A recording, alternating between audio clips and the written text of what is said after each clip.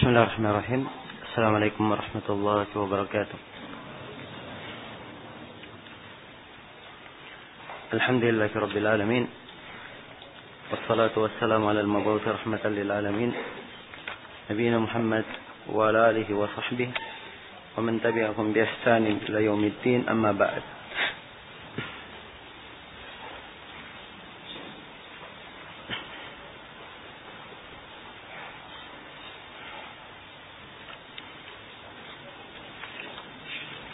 Ini majelis yang ke-30 dari syarah Ad-Durrul Bahiyah fil Masail al-Fiqhiyah karya al-Imam Asy-Syaukani rahimahullahu taala.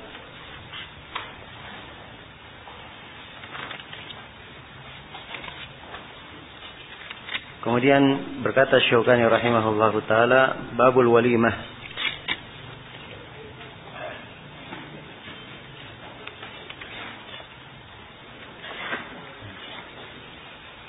Bab tentang al-walimah.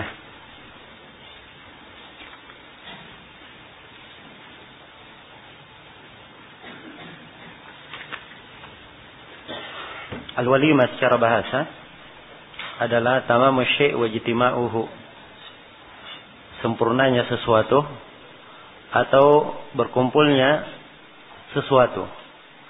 Jadi kalau sesuatu telah berkumpul dan sudah lengkap, itu dikatakan aulama ar-rajul, seorang lelaki telah berwalimah. Ya, dan secara istilah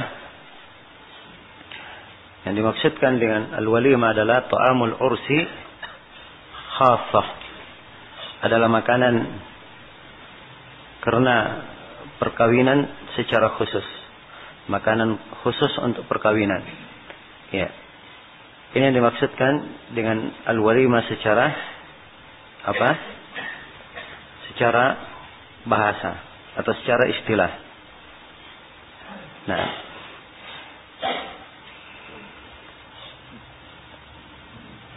al-walimah adalah suatu hal yang disyariatkan.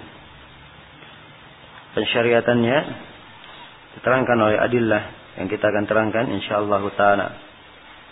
Dan di belakang pensyariatan walimah tersebut ada sejumlah hikmah yang disebutkan oleh para ulama. Yang pertama adalah menampakkan akad nikah. Menampakkan akad nikah. Dan telah berlalu bersama kita hadits yang berbunyi a'linu an-nikah, umumkanlah pernikahan. Maka walimah ini adalah salah satu hal yang dengannya pernikahan diumumkan.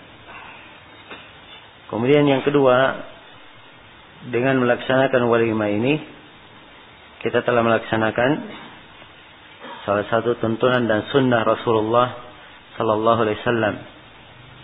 Kemudian yang ketiga, al-walimah dari hikmahnya adalah memberi makan orang-orang fakir dan orang-orang miskin. Kemudian dari hikmahnya juga dengan adanya walimah ini akan menambah hubungan silaturahmi. Juga dari hikmahnya dengan walimah ini akan menampakkan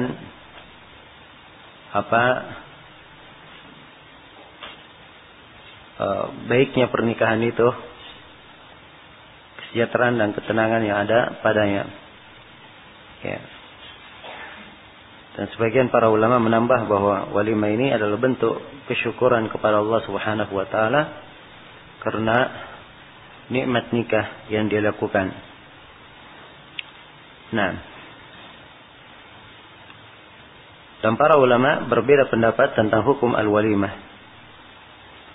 Berbeda pendapat tentang hukum walimah. Ada yang mengatakan bahwa walimah adalah sunnah. Dan ini adalah pendapat jumhur ulama. Dan pendapat yang kedua mengatakan bahwa walimah hukumnya adalah wajib. Hukumnya adalah wajib. Ya. Asy-Syaukani rahimahullahu taala beliau di sini mengglobalkan. Kata beliau hiya masyru'ah. Walimah itu adalah apa? Masyru'ah. Yang beliau katakan disyariatkan. Ya, dan pensyariatan sebagaimana telah kita sebutkan mungkin bermakna wajib dan mungkin bermakna sunnah. Dan benarnya bahwa ya, walimah adalah wajib sebab Nabi SAW memerintah hal tersebut. Dan beliau berkata di dalam hadits Anas bin Malik riwayat Bukhari Muslim, Nabi SAW berkata kepada Abdurrahman bin Auf, "Aulim walau bisyah." Lakukanlah walimah walaupun hanya dengan seekor apa? Walaupun hanya dengan seekor kambing. Nah, dan juga Nabi SAW ya, menyebutkan tentang pentingnya walimah ini, yang harusnya di dalam walimah itu siapa yang diundang wajib untuk dia menjawabnya. Ya. Kata beliau di dalam hadits Abu Hurairah riwayat Bukhari dan Muslim, "Syarrut ta'ami ta'amul walimah, yud'a lahal agniya wa yutrakul fuqara, wa man lam yujib ad-da'wa faqad asallahu wa rasulah." Ya, sejelek-jelek makanan adalah makanan walimah, yang dimana di dalamnya hanya diundang orang-orang kaya dan tinggalkan orang-orang fakir. Jadi menunjukkan dari walimah itu tidak dikhususkan untuk orang-orang yang kaya saja, tapi diundang juga orang-orang fakir dan orang-orang miskin. Kemudian Nabi bersabda, dan siapa yang tidak menjawab undangan, maka dia telah bermaksiat kepada Allah dan kepada Rasulnya. Iya. Dan hadits-hadits ini menunjukkan bahwa ya, al-walimah ke arah mana wajib itu lebih dekat. Apalagi kalau memang dengan adanya walimah ini akan terwujud diumumkannya pernikahan, dan pernikahan itu adalah hal yang dimaklumi. Adalah hal yang dimaklumi. Ya, menjadi dimaklumi dengan adanya walimah. Kemudian kata Syaukani rahimahullah, wa tajibul ijabatu ilaiha. Ini pembahasan yang kedua tentang hukum menghadiri undangan walimah. Beliau menjelaskan wajib untuk menjawab undangan walimah. Wajib untuk apa? Menjawab undangan walimah.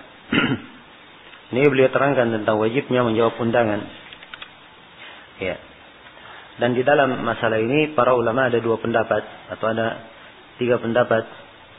Ya. Kebanyakan para ulama mereka berpendapat bahwa menjawab undangan walimah al-ursh itu hukumnya adalah apa? Hukumnya adalah wajib. Nah, pendapat yang kedua, ya wajib bagi siapa yang diundang. Pendapat yang kedua, bahwa orang yang menjawab atau menjawab undangan itu hukumnya fardu kifayah. Kalau sebagian menjawab maka gugur terhadap sebagian yang lainnya. Dan pendapat yang ketiga, ada yang mengatakan bahwa walimah itu hukumnya sunnah dan bukan apa? Bukan wajib. Dan yang benarnya dia adalah wajib, sebagaimana dikatakan di sini oleh Imam Asy-Syaukani rahimahullah. Dalilnya hadits Abu Hurairah yang telah lalu, Nabi bersabda, "Man lam yujibid da'wa faqad asallahu wa rasulah." Siapa yang tidak menjawab undangan, maka dia telah bermaksiat kepada Allah dan bermaksiat kepada apa? Kepada Rasulnya. Dan juga di dalam hadits Ibnu Umar riwayat Bukhari dan Muslim, Nabi SAW bersabda, "Ajibu hadikid da'wa idza du'itum laha." Ya, jawablah undangan ini kalau kalian diundang kepadanya. Kalau kalian diundang kepadanya. Dan di dalam lafaz yang lain, idza du'iya ahadukum ilal walimah falyatiha. Kalau salah seorang dari kalian diundang kepada walimah, maka hendaknya dia menjawabnya. Ini undangan walimah. Menjawabnya adalah apa? Menjawabnya adalah wajib. Nah, menjawabnya adalah wajib. Adapun selain dari walimah, kalau misalnya ada undangan selain dari walimah, apakah wajib untuk dijawab? Kalau undangannya selain walimah, apakah wajib untuk dijawab? Ini dua pendapat di kalangan para ulama. Jumhurul ulama yang wajib itu hanya undangan walimah saja. Selain dari walimah hukumnya sunnah. Selain dari walimah, hukumnya sunnah. Dan ini insyaallah taala yang benarnya, karena hadits-hadits yang menjelaskan tentang wajibnya itu hanya berkaitan dengan berkaitan dengan walimah. Dan di sini ada sejumlah masail, sejumlah pembahasan yang perlu diperhatikan. Ya. Di antara yang perlu diperhatikan bahwa walimah ini disyariatkannya boleh setelah akad sebelum dukhul, dan boleh setelah akad dan setelah dukhul. Ya. Jadi kalau dia sudah akad nikah, kemudian setelah itu walimah, ini adalah hal yang diperbolehkan. Dan boleh juga setelah menikah, ya, setelah berduaan suami dan istri, ya. Kemudian setelah itu dilakukan dilakukan walimah, dan dua-duanya ada di dalam tuntunan Nabi Shallallahu Alaihi Wasallam, dan ada keluasan di dalam masalah ini. Ada keluasan di dalam masalah ini. Ya, kemudian walimah itu tidak harus dengan hal yang megah dan hal yang menghabiskan banyak harta. Bahkan Nabi Shallallahu Alaihi Wasallam telah mengisyaratkan aulim walau bisyah, berwalimalah walaupun hanya dengan seekor kambing. Ya, berwalimalah walaupun hanya dengan seekor kambing. Nah, ini menunjukkan bahwa walimah disyariatkan, tapi jangan sampai ke kadar seorang berlebihan di dalamnya. Seorang berlebihan di dalamnya. Ya. Kemudian tentang masalah memenuhi undangan, telah kita terangkan bahwa memenuhi atau menjawab undangan walimah hukumnya adalah Hukumnya adalah wajib. Tapi oleh para ulama, wajibnya menghadiri undangan walimah ini mereka syaratkan beberapa syarat. Ya.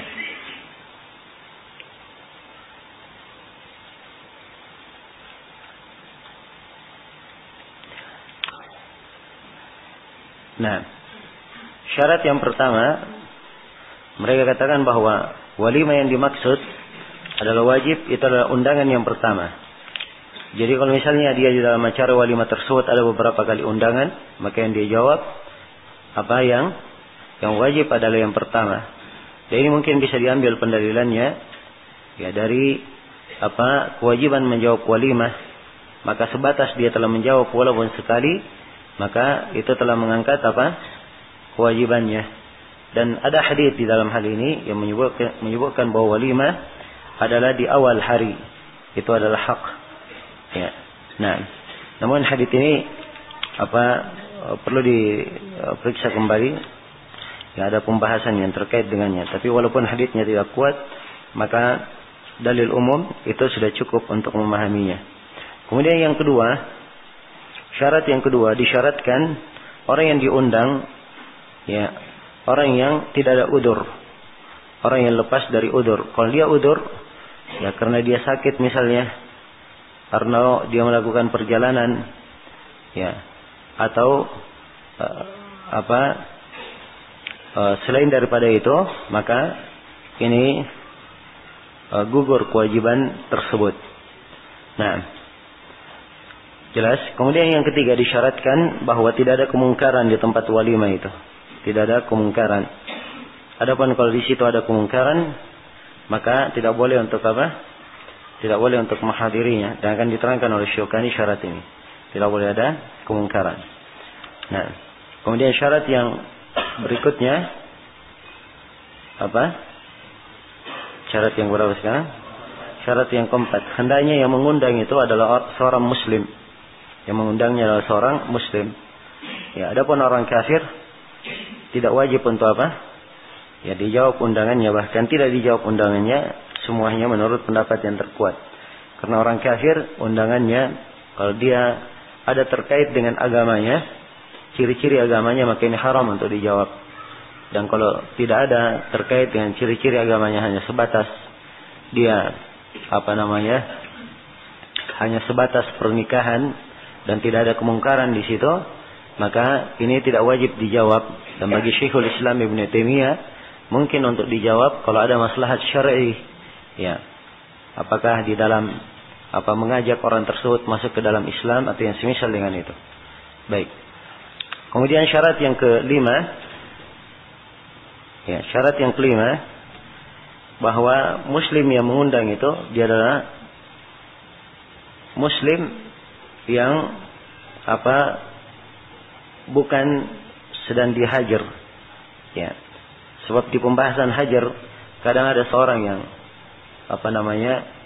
dia punya kedudukan atau muslim yang mengundangnya adalah muslim yang berbuat sebuah maksiat atau berbuat sebuah bid'ah, sehingga kalau dia melakukan sebuah bid'ah maka kadang perlu untuk dihajar supaya dia bertobat dari bid'ah tersebut.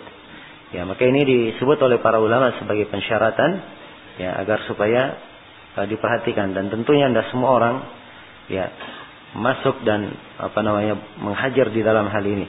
Ya, dan ini hanya disebutkan sebagai ketentuan umum, dan di dalam aplikasinya tentunya dilihat ada yang berhak untuk menentukannya. Ya. Kemudian di dalam itu 5 syarat, sebagian para ulama ada mensyaratkan syarat yang ke-6, ya hendaknya usaha atau harta yang dipakai oleh orang yang mengundang itu adalah harta yang halal. Harta yang halal. Nah, dan di sini harus dirinci kata harta yang halal ini. Sebab harta itu ada 2 macam. Ada harta yang dia haram dari sisi asalnya, seperti harta yang dicuri, harta yang dirampok. Ya. Maka ini tidak boleh seorang hadir dan makan darinya. Tapi ada harta yang haram karena jenis pekerjaannya. Ya, jenis pekerjaannya. Mungkin dia bermuamalah dengan riba, ya, atau yang semisal dengan itu. Nah, kalau dia dari jenis yang kedua, hartanya, maka ini tidak ada masalah untuk menghadirinya. Ya, sebab kaidah umumnya al-itsmu 'alal mubashir. Dosa itu ditanggung oleh orang yang melakukannya secara langsung. Ya. Dan Nabi sallallahu alaihi wasallam beliau menerima hadiah dari seorang perempuan Yahudiyah di Khaybar, lalu beliau makan kambing darinya. Dan beliau menerima hal ini. Dan dimaklumi orang-orang Yahudi bermuamalah dengan apa? Bermuamalah dengan riba. Ya. Kemudian syarat yang ke-7 disyaratkan bahwa dia di undangan tersebut telah ditakyin. Telah ditakyin, ditunjuk langsung, ditentukan. Kalau misalnya ada yang berkata kepada jemaah masjid, ya kalian seluruhnya jemaah masjid diundang untuk apa? Acara walimah.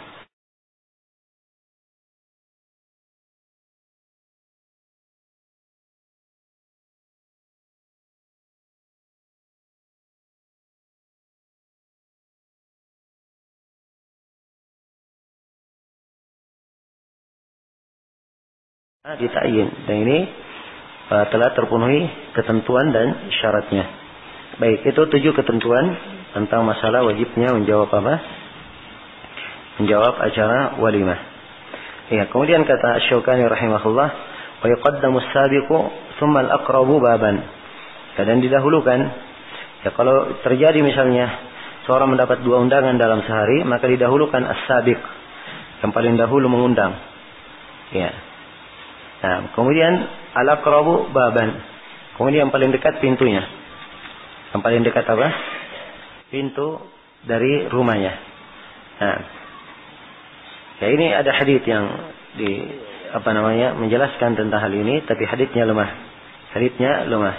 Maka asalnya dia melihat apa yang termaslahat. Ya, apa yang maslahat di dalam hal ini. Dan sebagian para ulama telah Syaukani di sini mengambil ijtihad, wa yuqaddamu as-sabiq tsumma al-aqrabu baban. Dia mendahulukan siapa yang terdahulu mengundang. Sebab kalau seorang terdahulu mengundangnya, maka itu lebih pantas untuk apa? Dia jawab, sebab dari haknya dia didahulukan. Kemudian setelah itu didahulukan siapa yang paling dekat pintunya. Siapa yang paling dekat pintunya. Kemudian kata beliau, wala yajuzu huduruha idza ishtamalat ala ma'siyah. Dan tidak boleh seorang menghadiri walimah kalau walimah itu mengandung maksiat di dalamnya. Ya, kalau di tempat walimah yang mengandung maksiat, misalnya ada bercampur bauran antara laki-laki dan perempuan, ada musik di dalamnya, ya, dan ada perkara-perkara yang mungkar, maka ini ya tidak boleh untuk dihadiri, tidak boleh untuk dihadiri. Dan Asy-Syaukani di sini rahimahullah beliau menyebutkan hadits Ali bin Abi Thalib. Baik.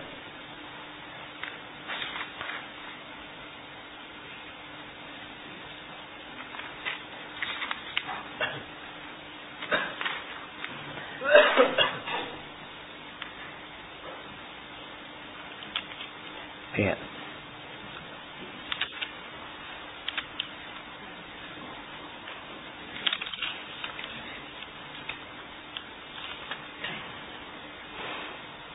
Ya, beliau menyebutkan hadits Ibnu Umar yang diriwayatkan oleh Imam Ahmad dan selainnya, di mana Nabi sallallahu alaihi wasallam bersabda, "Man kana yu'minu billahi wal yawmil akhir, ya, fala yaq'ud ala ma'idatin yudaru 'alaiha al-khamar." Siapa yang beriman kepada Allah dan hari akhirat, maka dia jangan duduk di atas hidangan yang diputar di atasnya Di atasnya khamar, diputar di atasnya khamar. Tapi ini hadits Umar bin Khattab, ya. Hadits Umar bin Khattab. Digilir di atasnya khamar. Jadi kalau ada kemungkaran seperti itu, tidak boleh seorang masuk di dalamnya. Tidak boleh seorang masuk di dalamnya. Ini tercakup juga di dalam kandungan ayat. Faqad nazzala 'alaikum fil kitabi an idza sami'tum ayatillahi yukfaru biha wa yastahza'u biha fala taq'udu ma'ahum hatta yakhudu fi haditsin ghairi. Nah, ini ayat dan juga ayat di surah Al-Furqan tentang sifat kaum mukminin, walladzina la yashhaduna az-zura.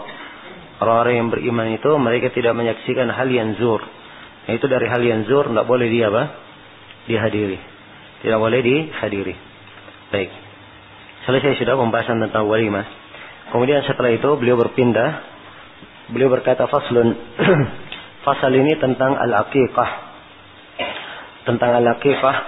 Dan kadang disebut juga dengan nama an-nasikah. Disebut dengan nama an-nasikah. Iya. Ya, dari sisi penamaan lebih afdalnya dinamakan dengan nama an-nasikah, lebih afdal. Dinamakan dengan nama an-nasikah. Dan ada sebagian riwayat yang menunjukkan makruhnya dinamakan dengan akikah. Tapi sepanjang Nabi sallallahu alaihi wasallam sudah menamakan dengan akikah, maka tidak ada masalah penamaan tersebut. Tapi lebih afdalnya kalau dinamakan dengan nasikah. Ya, jelas ya? Baik. Kata Asy-Syaukani rahimahullahu taala, ya, wal aqiqatu mustahabbah. Dan aqiqah itu adalah hal yang apa? Hal yang disunnahkan. Hal yang disunnahkan. Nah, aqiqah adalah hal yang disunnahkan, dan sunnahnya aqiqah ini diterangkan oleh sejumlah hadits. Ya, di antaranya Nabi sallallahu alaihi wasallam ya bersabda dalam hadits Salman bin Amir ad-Dabbi riwayat Al-Bukhari, "Ma'al gulami aqiqah, fa ahriqu anhu daman wa amitu anhu al-ada." Bersama setiap anak yang lahir ada akikahnya. Bersama setiap anak yang lahir ada apa? Akikahnya. Maka tuangkanlah untuknya, alirkanlah untuknya darah. Maksudnya sembelihkan untuknya. Wa amitu anhul ada, dan hilangkan darinya al-ada. Maksudnya gunting rambutnya. Gunting rambutnya. Nah, dan juga di dalam hadits Samurah dikeluarkan oleh Imam Al-Bukhari rahimahullahu taala. Dan ini hadits yang disahihkan dari jalan dari jalan Al-Hasan, meriwayatkan dari Samurah, kullu gulamin rahinatan bi aqiqati tudbahu anhu yawma sabihi wa yusamma fihi wa yuhlaqu ra'sihi. Ya, setiap anak itu dia rahina dengan apa? Akikahnya. Dia rahina oleh akikahnya. Setiap anak dia tertahan dengan akikahnya. Nah, tudbahu anhu yawma sabihi, disembelihkan untuknya pada hari ketujuhnya. Wa yusamma fihi wa yuhlaq, ya, diberi nama padanya dan dia dicukur. Apa hukum dari akikah ini? Asy-Syaukani menjelaskan bahwa hukum dari akikah hukumnya adalah apa? Hukumnya adalah sunnah. Hukumnya adalah sunnah. Nah, dia bukan wajib. Bukan wajib. Ya. Jadi bagaimana mengarahkan kata kullu gulamin rahinatun bi aqiqati. Setiap anak muda dia rahina. Ya, rahina bermakna tertahan dengan apa? Hakikat dengan akikahnya. Rahina dari sisi bahasa ya maknanya. Sebab ar-rahan dari sisi bahasa telah kita sebutkan dia bermakna apa? Bermakna al-habs. Dia tertahan dengan akikahnya. Ya, kalau diartikan tergadai dengan akikahnya, maka ini pengertian yang perlu dimanakan dengan mana yang yang lebih jelas apa yang diinginkan dengan mana rahina. Ya, kalau dikatakan digadaikan, misalnya dia masuk dalam bab penggadaian, tidak boleh dikembalikan kecuali dengan apa? Dengan bayaran. Ya, dan di sini rahina, ya, dia tidak tepat dikatakan dengan makna yang syar'i bermakna digadaikan. Ya, sebab dia di sini bisa digunakan dengan istilah apa? Istilah secara lugawi. Ya, dan di dalam ayat Al-Quran juga disebutkan tentang istilah lugawi, digunakan sebagian istilah lugawi dengan kata rahina. Kullu nafsin bima kasabat rahina. Ya, maksudnya dengan apa yang dia lakukan, dia rahina, dia tertahan oleh apa? Dilakukannya, dibangun di atas hal tersebut. Jelas ya? Dan kata rahina di sini ini menekankan makna sunnah, tidak menekankan makna wajib. Tidak menekankan makna wajib. Apa dalilnya yang menunjukkan bahwa itu tidak wajib? Ya, dalilnya karena telah syah dari Nabi Shallallahu Alaihi Wasallam dalam hadits diriwayatkan oleh Imam Ahmad, Abu Daud dan Nasai dari Amr bin Shu'aib dari ayahnya dari kakeknya Abdullah bin Amr bin As. Nabi Shallallahu Alaihi Wasallam bersabda, "Man ahabba ya ayyansaka atau ayyansuka an waladihi falyaf'al. Anil gulami syatani mutakafa'atani wa anil jariyah syah." Siapa yang ingin atau siapa yang suka untuk melakukan nasikah buat anaknya, maka hendaknya dia lakukan. Untuk anak laki-laki 2 kambing yang sama, dan untuk anak perempuan 1 ekor kambing. Ya, perhatikan kalimatnya man ahabba, siapa yang suka. Ya, siapa yang senang. Ini bahasa untuk apa ini? Wajib atau sunnah? Ya, ini bahasa untuk hal yang sunnah, bukan wajib. Kalau wajib tidak dikasih bahasa dengan bahasa pilihan siapa yang suka. Wajib itu nggak ada pilihan kecuali apa? Dia kerjakan, itu wajib. Tapi begitu dikatakan siapa yang suka, maka ini menunjukkan apa? Menunjukkan hukumnya adalah sunnah. Dan ini adalah pendapat yang dipegang oleh jumhurul ulama. Dipegang oleh kebanyakan para ulama. Jelas ya? Baik. Kemudian kata beliau, wahiyya syatani anid dzakar wa syatun taib syatani anid dzakar wa syatun anil unsa yauma sabi'il maulud. Ya. Dan ketentuan akikah itu adalah 2 kambing untuk anak laki-laki dan 1 kambing untuk anak perempuan. Ya, 1 kambing untuk anak perempuan ini disembelih pada hari ke-7 dia lahir. Hari ke-7 dia apa? Dia lahir. Nah, jadi disembelihkan di hari ke-7-nya. Itulah di dalam hadits Samur yang telah lalu wa yutbahu. Ya.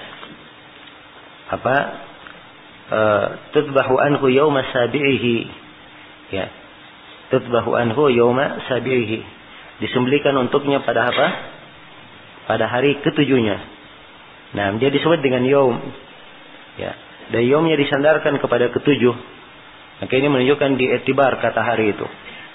Ya, jadi kalau dia lahir di malam, maka itu belum dihitung. Besoknya baru apa? Dihitung. Ya, kalau dia lahir di malam hari, maka belum dihitung. Dihitungnya apa? Besoknya. Jadi ukurannya hari. Kalau dia lahir jam 3 sore, dihitung 1 hari sudah. 1 hari. Ya, kalau dia lahir setelah maghrib, maka besok baru dihitung apa? 1 hari. Jelas? Demikian. Ini yang dimaksud dengan hari yang ke-7. Nah, jelas ini ya? Ya, kalau misalnya dia lahir malam Ahad misalnya. Kapan dihitungnya? Ya, mulai dari Ahad. Ahad, Senin, Selasa, Rabu, Kamis, Jumat, Sabtu baru apa? Akikahnya. Kalau dia lahir ya Sabtu sore misalnya, maka dihitung dari apa? Dari Sabtu. Berarti Sabtu, Ahad, Senin, Selasa, Rabu, Kamis, Jumat baru dia apa? Dia di akikah. Jelas ya? Baik. Ya. Di hari ketujuhnya. 2 kambing untuk laki-laki. Kalau anaknya laki-laki, maka disembelihkan 2 kambing. Kalau anaknya perempuan, maka disembelihkan apa? 1 kambing saja. Kambingnya ini apa ukurannya? Ya, apakah dia sama dengan kambing udhiyah? Apakah dia sama dengan kambing sembelihan? Ya. Nah, sini Asy-Syaukani menyebutkan bab udhiyah, setelah itu ada fasal berkaitan dengan akikah. Nah, dan sebagian para ulama menyebutkan pembahasan udhiyah ini itu di pembahasan haji sekaligus disebutkan. Kalau di buku-buku Hanafilah disebutkan di pembahasan apa? Pembahasan haji. Sebab haji disebutkan hadi untuk musim haji. Dan di situ juga dibahas tentang udhiyah, sekaligus mereka bahas tentang apa? Tentang akikah. Sebab mereka memandang bahwa akikah itu sama dengan udhiyah dari sisi apa? Ketentuan dan syarat-syaratnya. Nah, dan ini memang yang paling afdalnya, paling utamanya tentang hal itu. Ya, kalau dia memotong kambing, ya sesuai dengan ketentuan kurban, sama dengan ketentuan hewan kurban, paling afdalnya. Tapi kalau misalnya dia lakukan ya tidak sesuai dengan ketentuan hewan kurban, maka insyaallah taala tidak apa-apa. Sebab memang tidak ada dalil yang menunjukkan bahwa akikah itu sama dengan apa? Sama dengan udhiyah di dalam hal ini. Tidak ada nas yang tegas menunjukkan tentang hal itu. Tapi kalau seorang dia melakukannya seperti hewan udhiyah, maka itu lebih bagus. Ya, sebab di udhiyah dia adalah sebuah ibadah yang di situ diterapkan ketentuan dan syarat-syarat menunjukkan bahwa siapa yang melakukan di atas bentuk itu, maka itu lebih utama dan lebih apa? Dan lebih afdal. Ya, baik. Jadi ini terkait dengan masalah sisi umur kambingnya, ya ketentuan-ketentuan tidak boleh ada cacatnya dan seterusnya. Ya. Ini kita katakan tidak harus sama dengan udhiyah, tapi lebih afdal kalau dia apa? Sama dengan hewan kurban. Kemudian kata beliau, ya di dalam masalah udhiyahnya ada urutan pelaksanaannya. Ya. Dikatakan ya, jadi yang pertama disembelihkan untuknya. Wa fihi, dan di hari yang ketujuh itu pula yusamma. Ya, dia diberi nama wa yuhlaqu ra'suhu, dan digundul kepalanya. Perhatikan bahasanya, dan dia apa? Digundul kepalanya. Nah, dan hadits-hadits tentang akikah ini menunjukkan makna umum bahwa setiap anak yang lahir itu digundul kepalanya, dan ini yang lebih afdal. Dan ada sebagian dari ulama kita yang berpendapat bahwa yang digundul itu kalau bayinya laki-laki. Adapun kalau bayinya perempuan, dia tidak boleh tidak boleh digundul. Tidak boleh digundul. Nah, itu pendapat sebagian dari ulama kita, tapi tidak begitu nampak nasnya dari apa? Dari sisi riwayat, sebab di riwayat dimutlakkan. Setiap yang dilahirkan dia apa? Dia akikah. Kemudian diberi nama, kemudian digundul kepalanya. Jadi sebut yang dilahirkan, laki-laki maupun apa? Maupun perempuan. Dan ini yang lebih tepat, apalagi kalau dilihat apa hikmah kenapa dia digundul. Ya, sebab dengan digundulnya itu kadang masih ada kotoran-kotoran yang melekat kepala dan tidak begitu bersih. Ya, dan dengan digundulnya ini akan lebih membawa apa? Lebih membawa kebaikan untuk anak dan lebih membawa kesehatan untuknya. Nah, baik. Jadi urutannya disembelihkan, kemudian apa? Ya, kemudian diberi nama, kemudian digundul rambutnya, kemudian kata beliau wa yatasaddaqu biwaznihi dhahaban aw fiddah, dan dia bersedekah dengan wazan dari rambutnya itu, dia bersedekah dengan timbangan dari rambutnya, bersedekah emas atau apa? Atau perak. Ya, kalau dia timbang misalnya rambut dari bayi sudah digundul, ya, kemudian ditimbang rambut itu, diketemukan misalnya rambutnya ya bisa 1 gram ya. Hah? Bisa ya? Anggaplah misalnya 1 gram. Ya, banyak yang punya 1 gram. Ya. Anggaplah 1 gram. Maka dia lihat kalau dia ingin beli 1 gram emas, ya, atau dia ukur dengan 1 gram emas, kemudian dia sedekahkan dengan sekadar apa? 1 gram emas. Kalau tidak maka 1 gram apa? 1 gram perak. Ya, dia pilih saja. Tapi yang paling di dalam mengeluarkan, ini beda ya, kemarin telah kita sebutkan. Kalau dia mengeluarkan, dia cari yang paling afdalnya kalau dia mengeluarkan. Ya. Kalau dia mengukur kewajibannya, maka dia cari yang paling sedikitnya. Ya, begitu ya. Ini lebih bagus bagi seorang hamba. Ya, jangan kalau dia mengeluarkan, Antara emas dan perak, perak lebih murah. Perak aja dah. Ya. Baik.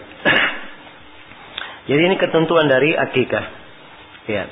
Apakah ada syariat mengadakan walimah akikah? Nah, ini dari sebagian as-salaf ada yang melakukannya, tapi dia bukanlah hal yang datang dari sharih sunnah Nabi Sallallahu Alaihi Wasallam. Jadi dalam hal ini.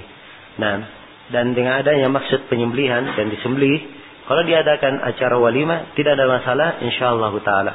Tidak ada masalah di dalam pelaksanaan acara tersebut, tapi dia tidak sama dengan tentunya sangat tidak sama dengan walimah ursh ya maupun yang semisal dengannya. Ya. Baik. Kemudian di masalah disembelihkan ini, ya. Kalimat disembelihkan boleh disembelihkan di mana saja.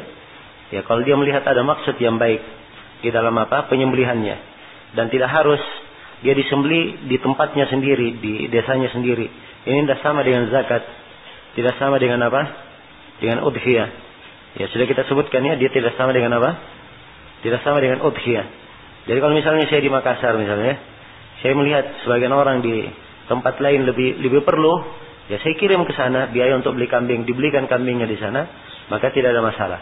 Cuman kalau dia titip kepada orang untuk membelikan kambingnya, maka harusnya orang yang dititipi orang yang amanah tahu bahwa harus disembelih pada hari keberapa? Hari ketujuhnya. Jadi begitu masuk hari ketujuh, di pagi hari segera disembelih supaya di siang hari ya bisa dipotong rambutnya, kemudian digundul, ya kemudian diberi nama sebelumnya, kemudian dipotong rambutnya atau digundul. Jelas ya? Dan dari sisi urutan ini, urutan tersebut itu tidak harus.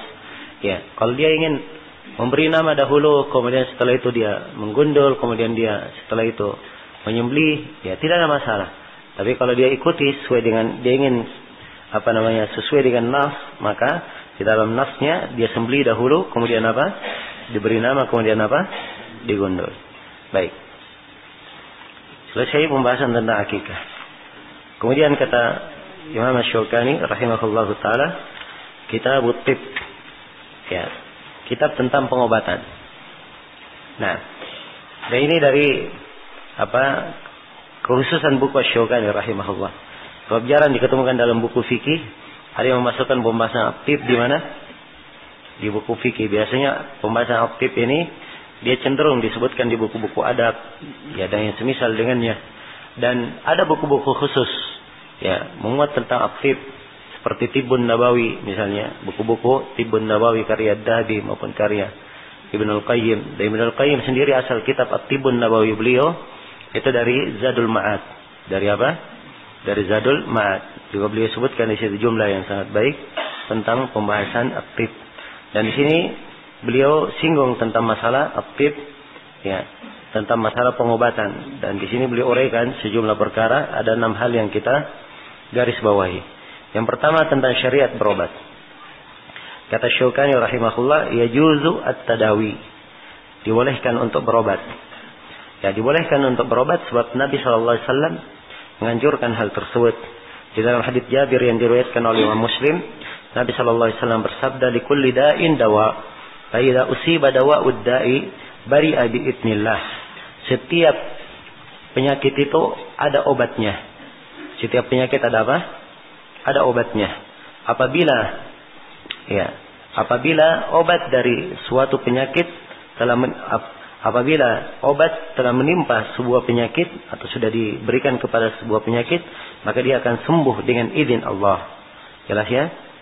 Maka ini menunjukkan bahwa disyariatkan untuk berobat. Ya, disyariatkan untuk berobat karena setiap penyakit Allah Subhanahu wa taala telah menetapkan ada obatnya. Dan di dalam Sahih Bukhari dari Abi Hurairah, Nabi sallallahu alaihi wasallam bersabda, "Ma anzalallahu min da'in illa anzala lahu shifa." Tidak ada penyakit yang diturunkan oleh Allah kecuali Allah turunkan juga obatnya. Allah turunkan juga obatnya. Dan di dalam hadits Usamah, Rasulullah sallallahu alaihi wasallam bersabda, "Ibadallah tadawau, wahai hamba-hamba Allah, berobatlah kalian. Fa inna Allah lam yata' da'an illa wata'a lahu shifaan." Ya, sungguhnya Allah tidaklah meletakkan sebuah penyakit kecuali Allah letakkan juga bersamanya obatnya. Illa da'an wahida, kecuali satu penyakit. Dia ditanya apa penyakit itu ya Rasulullah, beliau berkata penyakit al-haram, yaitu penyakit pikun. Ya, sebab pikun ketuaan memang tidak ada apa? Tidak ada obatnya. Iya. Baik. Jadi ini yang berkaitan dengan masalah pengobatan. Dia boleh untuk berobat. Seorang itu boleh untuk berobat. Iya. Jadi berobat itu adalah hal yang disyariatkan dan Nabi memerintah untuk apa? Untuk berobat.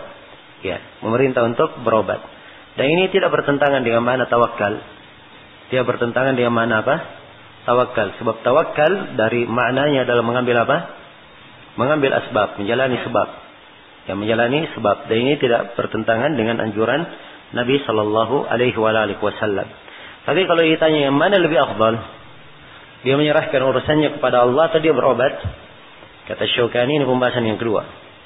Ya, kata beliau, wa tafwidu afdalu liman yaqdiru 'ala sabr. Dan dia serahkan urusannya kepada Allah itu lebih afdal. Ya, bagi siapa yang mampu untuk bersabar. Ya, jadi kalau dia bersabar, dia serahkan urusannya kepada Allah, ya maka itu lebih bagus daripada apa?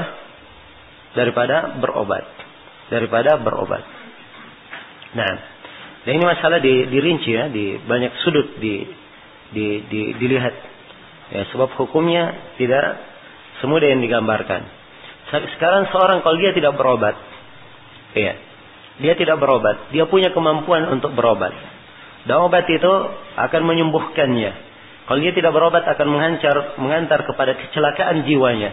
Apakah dia tidak digolongkan ke dalam orang yang membinasakan, menjatuhkan dirinya ke dalam kebinasaan? Ya.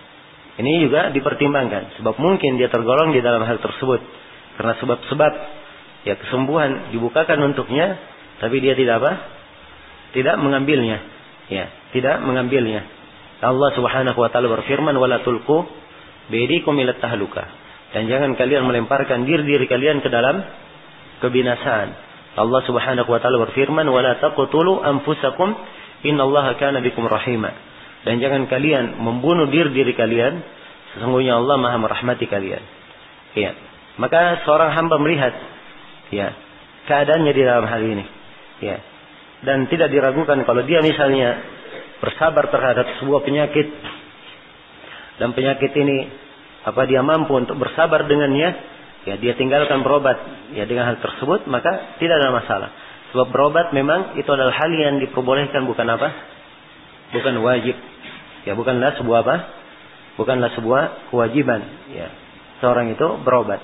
Nah, dan telah syah di dalam hadits Ibnu Abbas riwayat Bukhari dan Muslim, Nabi sallallahu alaihi wasallam didatangi oleh seorang perempuan hitam. Lalu dia berkata, "Ya Rasulullah, inni usra." Sungguhnya saya ini sering kesurupan. Ya. Wa inni atakasyaf. Dan kalau saya kesurupan, saya terbuka auratku. Pada Allah ali, maka doakanlah untukku. Maka Nabi sallallahu alaihi wasallam bersabda, "In syi'ti sabarti walakil jannah." Kalau kamu ingin kamu bersabar, maka kamu dapat apa? Surga. Wa in syi'ti da'utullaha ayyu'afiyaki. Dan kalau kamu ingin, saya berdoa kepada Allah untuk menyembuhkanmu. Nah, maka perempuan ini berkata, "Asbiru." Ya, saya bersabar wahai Rasulullah. Ya, dan di kelanjutan hadis dia meminta kepada Nabi supaya apa? Supaya didoakan kalau dia misalnya kesurupan tidak tersingkap lagi auratnya. Jelas ya? Maka ini dijamin untuknya surga oleh Nabi sallallahu alaihi wasallam kalau dia bersabar. Ya, mungkin dari mana ini yang disebutkan oleh Syekh, ada yang disebutkan oleh Syaukani, mana at-tafwid itu lebih apa? Lebih afdal. At-tafwid lebih afdal. Nah, jelas ya?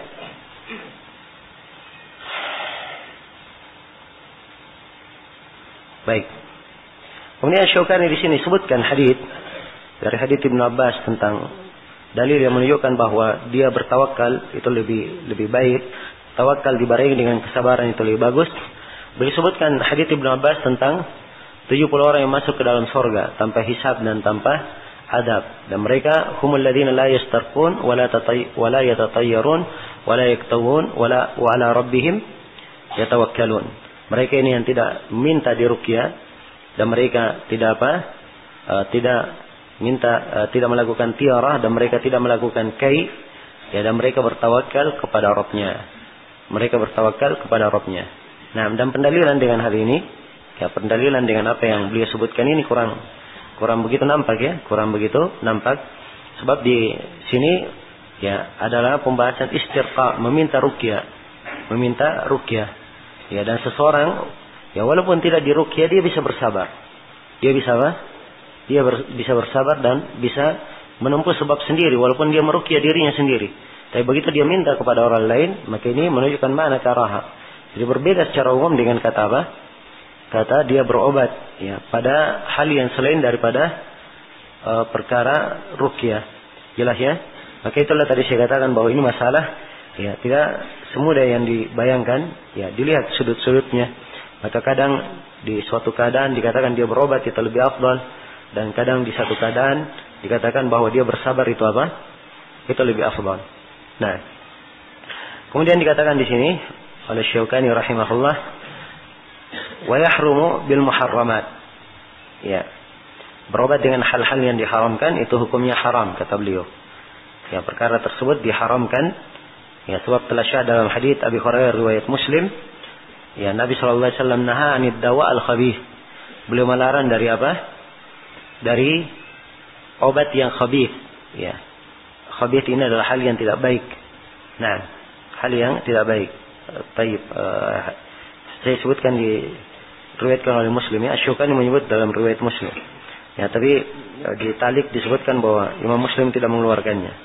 Ya, Syekh Al-Albani hanya mensahihkan haditsnya saja. Kemudian di riwayat Abu Daud dari Abu Darda, Rasulullah sallallahu alaihi wasallam bersabda, "Innallaha anzala ad-da' wad-dawa wa ja'ala likulli da'in dawa. Fatadawaw wa la tatadawaw biharam." Ya, Nabi sallallahu alaihi wasallam bersabda, sungguhnya Allah menurunkan penyakit dan menurunkan obatnya. Dan setiap penyakit ada obatnya. Allah jadikan setiap penyakit ada obatnya. Maka berobatlah kalian, tapi jangan kalian berobat dengan sesuatu yang apa? Sesuatu yang haram. Ya, dan ini hadits, ya, dihasankan dari seluruh jalan-jalannya. Baik. Jelas, ya? Ya, bahkan lebih sahih daripada itu hadits Ibnu Mas'ud riwayat Bukhari, "Innallaha lam yaj'al shifaakum fima harrama 'alaikum." Sungguhnya Allah tidak menjadikan kesembuhan kalian itu pada hal yang diharamkan oleh Allah. Ya, pada hal yang diharamkan oleh Allah. Karena itu haram hukumnya seorang itu berobat dengan hal yang najis atau hal yang diharamkan. Ya, ini subhanallah. Kadang sebagian manusia dibisikkan untuk mencari obat dari arah yang seperti ini. Ya, dan kadang sebagian orang mengambil dari pengalaman. Oh, ternyata apa? Ternyata sembuh. Ya, ternyata sembuh katanya. Maka ini adalah hal yang keliru. Ya, misalnya ada sebagian orang mengatakan kalau penyakit mata, ya, itu paling cepatnya sembuh.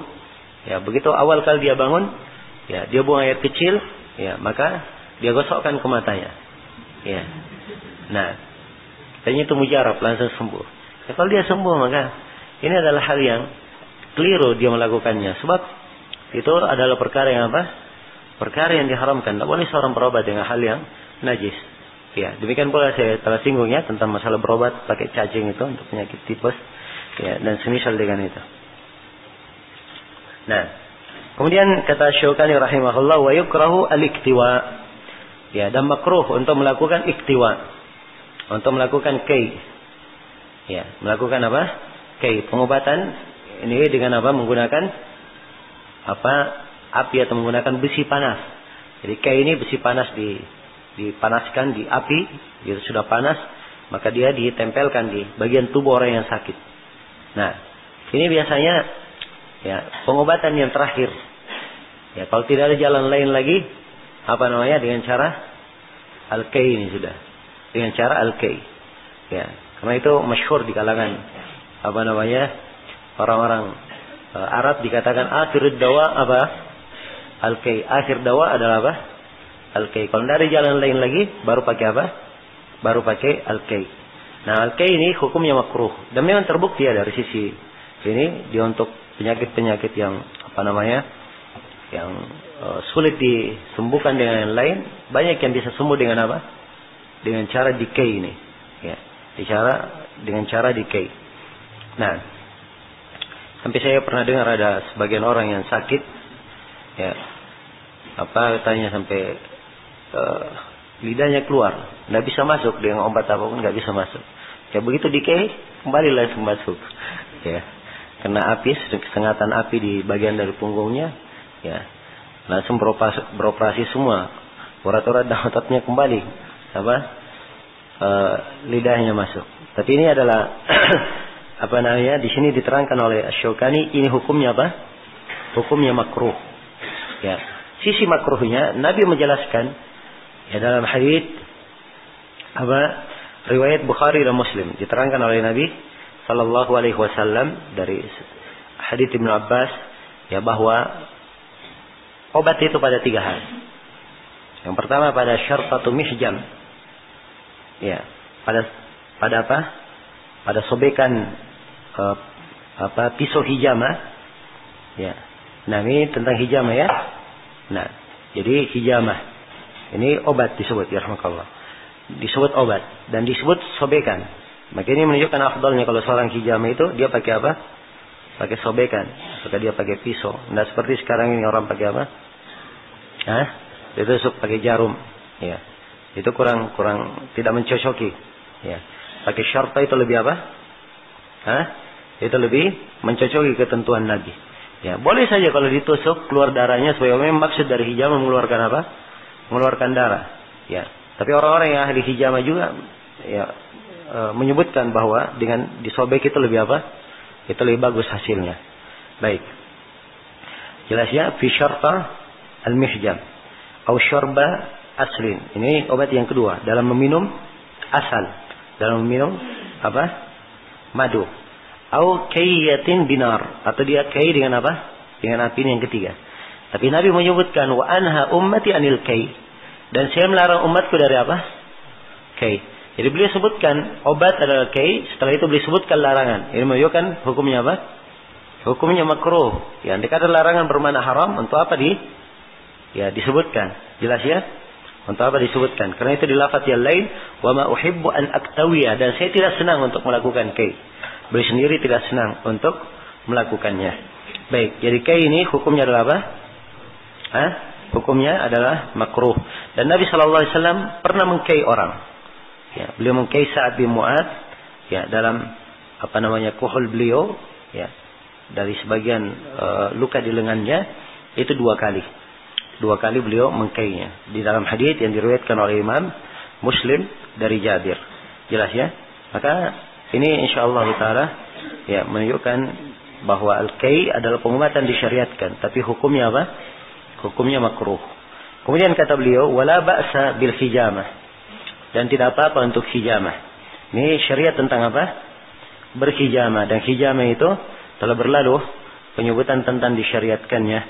Dan ada hadits-hadits yang diketahui oleh orang-orang ahli hijamah di dalam masalah menghijamah ya, bahwa Nabi SAW pernah menghijamah di al-akhda'aini ya, dan di al-kahil,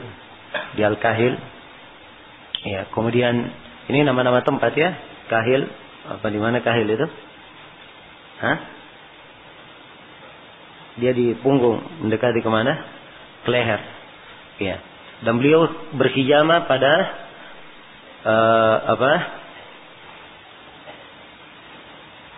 pada malam yang ke-17, 19 dan 21. Ya.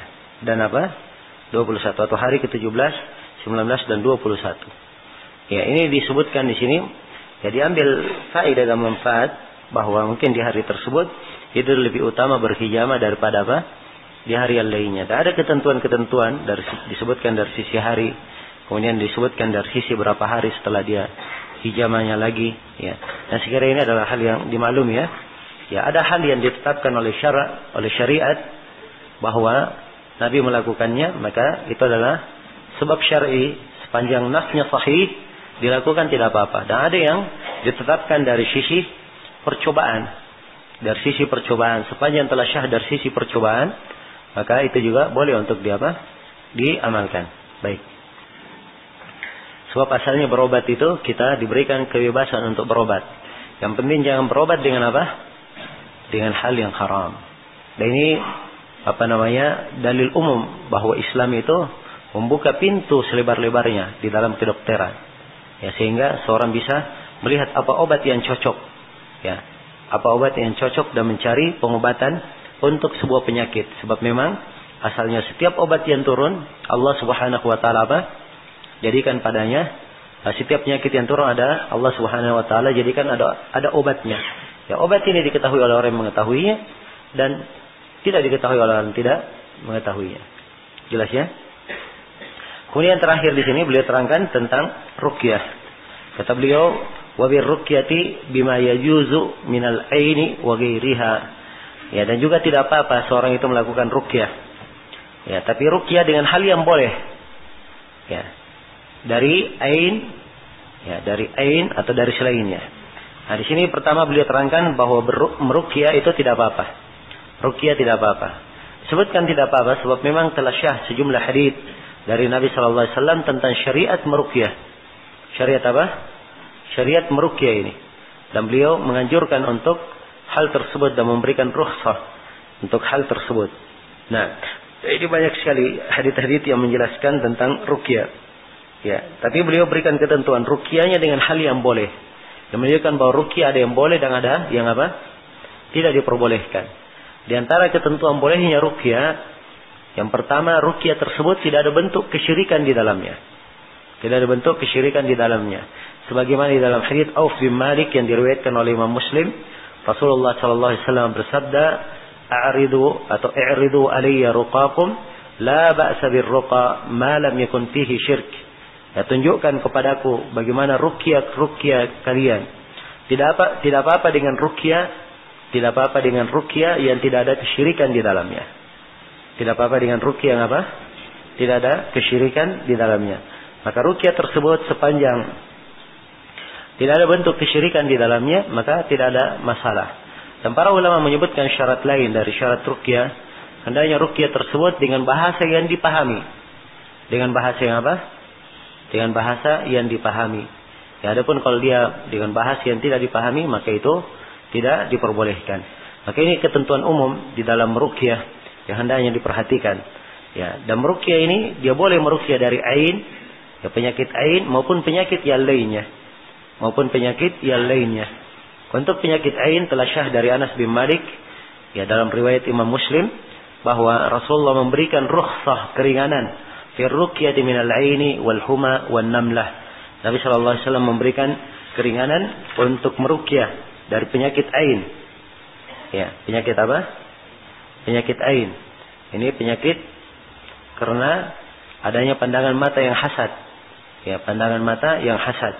Seseorang memandang dengan pandangan mata, ya, yang kemudian ditunggangi oleh syaitan sehingga mengakibatkan apa? Ada penyakit bagi orang lain. Ada penyakit bagi orang lain. Dan al-ainu haqqun, kata Nabi sallallahu alaihi wasallam. Ya, terjadinya ain ini dan tertimpanya orang dengan ain itu adalah suatu hal yang hak. Suatu hal yang apa? Suatu hal yang hak. Karena itu seorang muslim ya hendaknya memperhatikan dirinya, ya, bahwa kalau dia melihat sesuatu yang dia kagum, dia takjub dari saudaranya ataupun dari yang lainnya, maka dia memuji Allah, dia mengucapkan kalimat Masya Allah misalnya, ya, atau Tabarakallah, ya, atau kalimat-kalimat yang seperti itu yang bisa menghilangkan apa?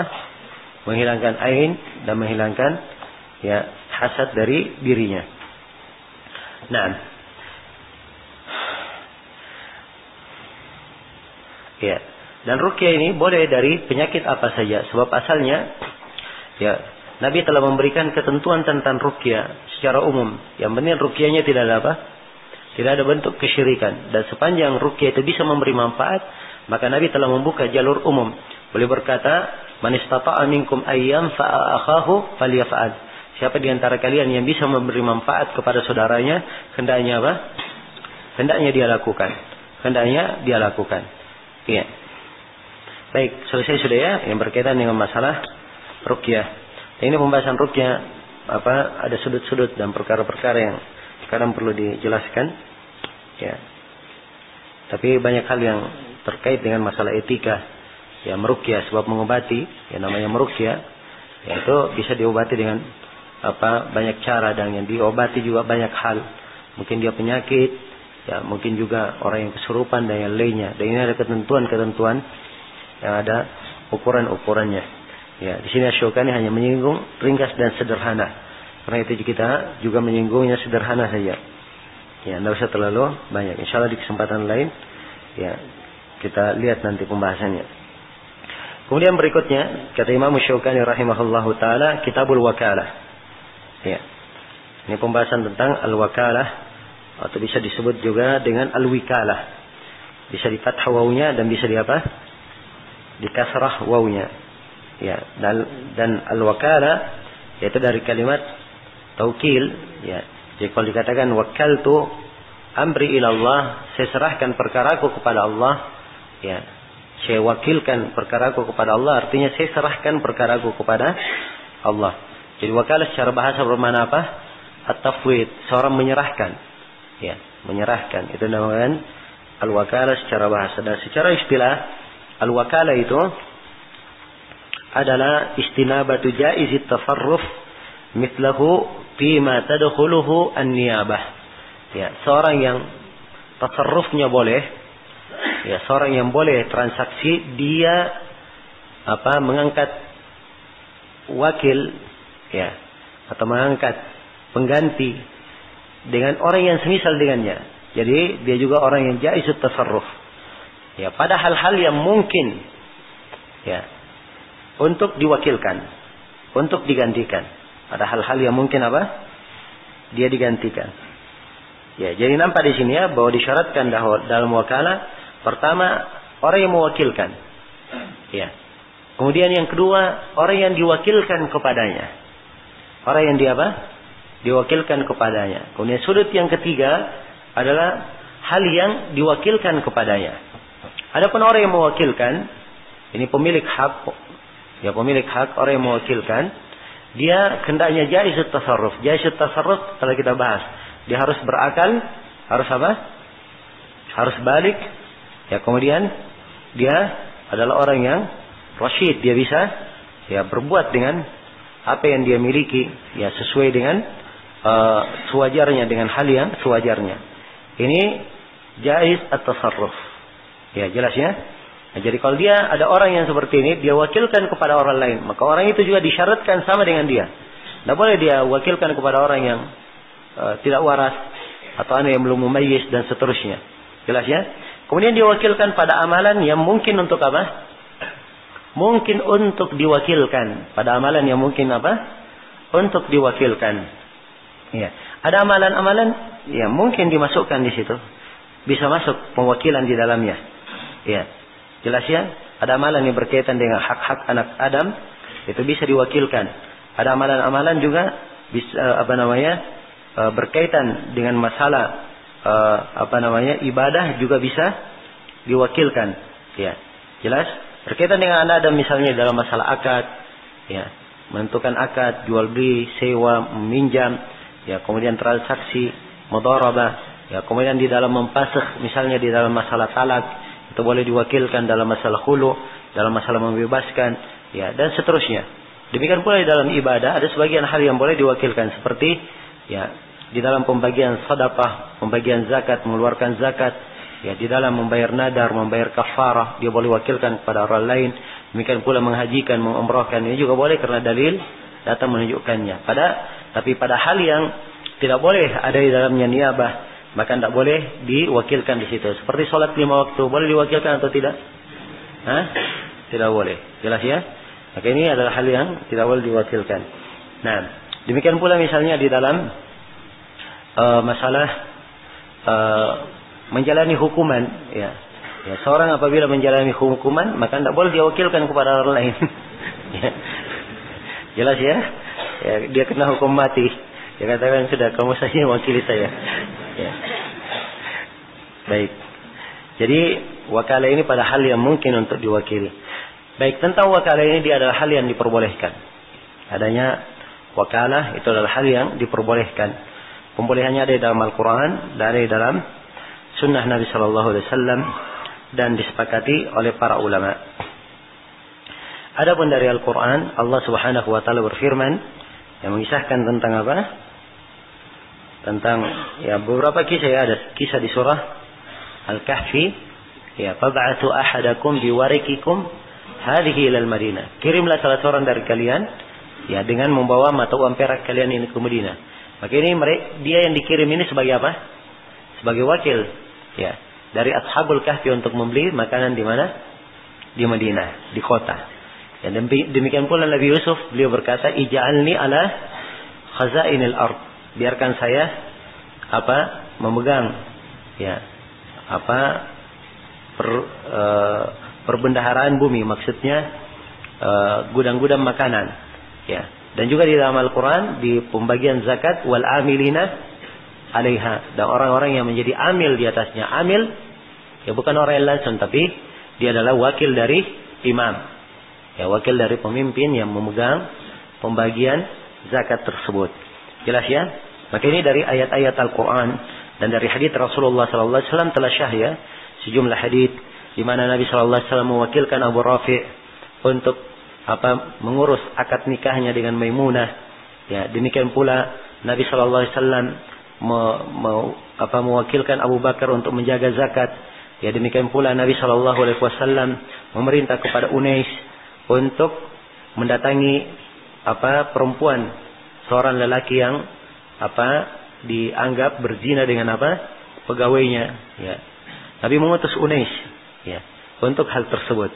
Ini semuanya pewakilan ya dari hadits Nabi SAW, dan sepakat para ulama secara global tentang bolehnya mewakilkan. Dan ini dari keindahan syariat karena memang kadang diperlukan. Dan dimaklumi tidak setiap manusia bisa melakukan seluruh pekerjaannya. Seluruh pekerjaannya. Baik. Nah, jadi ini dalil yang menunjukkan tentang disyariatkannya wakalah. Kata Syaukani rahimahullahu taala, yajuzu li jaizit tasarruf ay yuwakkila ghayrahu fi kulli syai'in ma lam yamna minhu mani'. Dan boleh bagi jaiz at-tasarruf. Ini beliau syaratkan ya. Hukum wakalah pertama boleh. Itu hukumnya beliau terangkan. Tentunya li jaiz at-tasarruf, bagi orang yang boleh untuk tasarruf. Ya, jadi harus jaiz tasarruf. Yuwakkil ghayrahu, dia mewakilkan orang yang semisal, orang selain dia. Ya, tapi disyaratkan dia harus jaiz tasarruf juga. Dia wakilkan fi kulli syai'in, pada segala sesuatu. Ya, maksudnya pada segala sesuatu yang dia diwakilkan di dalamnya. Jelas ya? Dia diwakilkan di dalamnya. Ya, jadi kalau dia hanya diwakilkan untuk menjual saja, maka dia hanya menjual saja. Ya, jangan dia menjual pergi membeli juga. Ya, misalnya. Ini tidak diperbolehkan. Jelas ya? Tapi kalau dia diwakilkan, dia membeli misalnya, dan diwakilkan juga menjual, maka itu tidak ada masalah. Ya, dia bisa melihat apa yang termaslahat. Baik, kita akan terangkan ya lebih lanjut tentang wakalah. Kita baca dulu ucapan Imam Asy-Syaukani rahimahullah. Kemudian kata beliau rahimahullahu taala, ya, ayyuwakkila ghairahu, dia mewakilkan selainnya fi kulli syai'in, pada segala sesuatu. Malam yamna minhu mani', sepanjang tidak ada larangan yang melarangnya.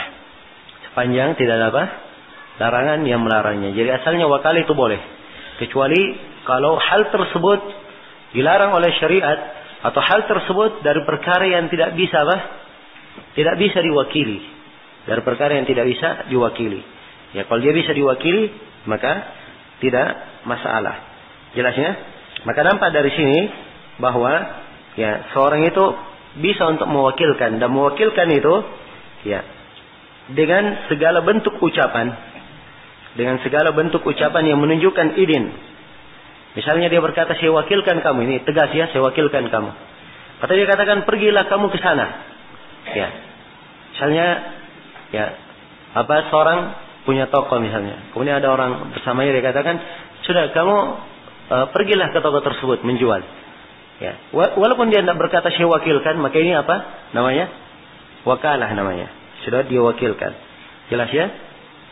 Demikian pula kalau misalnya ada orang yang punya hutang misalnya, perlu ditagih, dia katakan, fulan, tolong kamu ke tempat si fulan, ambil uang dari dia. Ya, sekian. Maka ini walaupun tidak dia katakan saya wakilkan, maka ini namanya apa? Namanya wakalah. Jelas ya? Maka dengan sighah. Ya. Dan wakalah ini ya Wakalah ini boleh secara faurian dan boleh secara tarahi. Ya, dia boleh sesegera mungkin dan boleh tidak langsung. Sebab namanya pewakilan dilihat. Ya, boleh saja seorang itu langsung. Ya, setelah itu segera mungkin dia lakukan, dan boleh dia undur dan boleh dia mengundurnya. Nah, ya, dan wakil itu harus ditakyin. Siapa yang menjadi wakilnya? Ya, harus ditahu orangnya siapa. Ya, jangan dia berkata saya wakilkan salah seorang dari siapa yang berada di masjid. Dia tidak tahu siapa yang berada ya di masjid itu, namanya siapa dan kemana.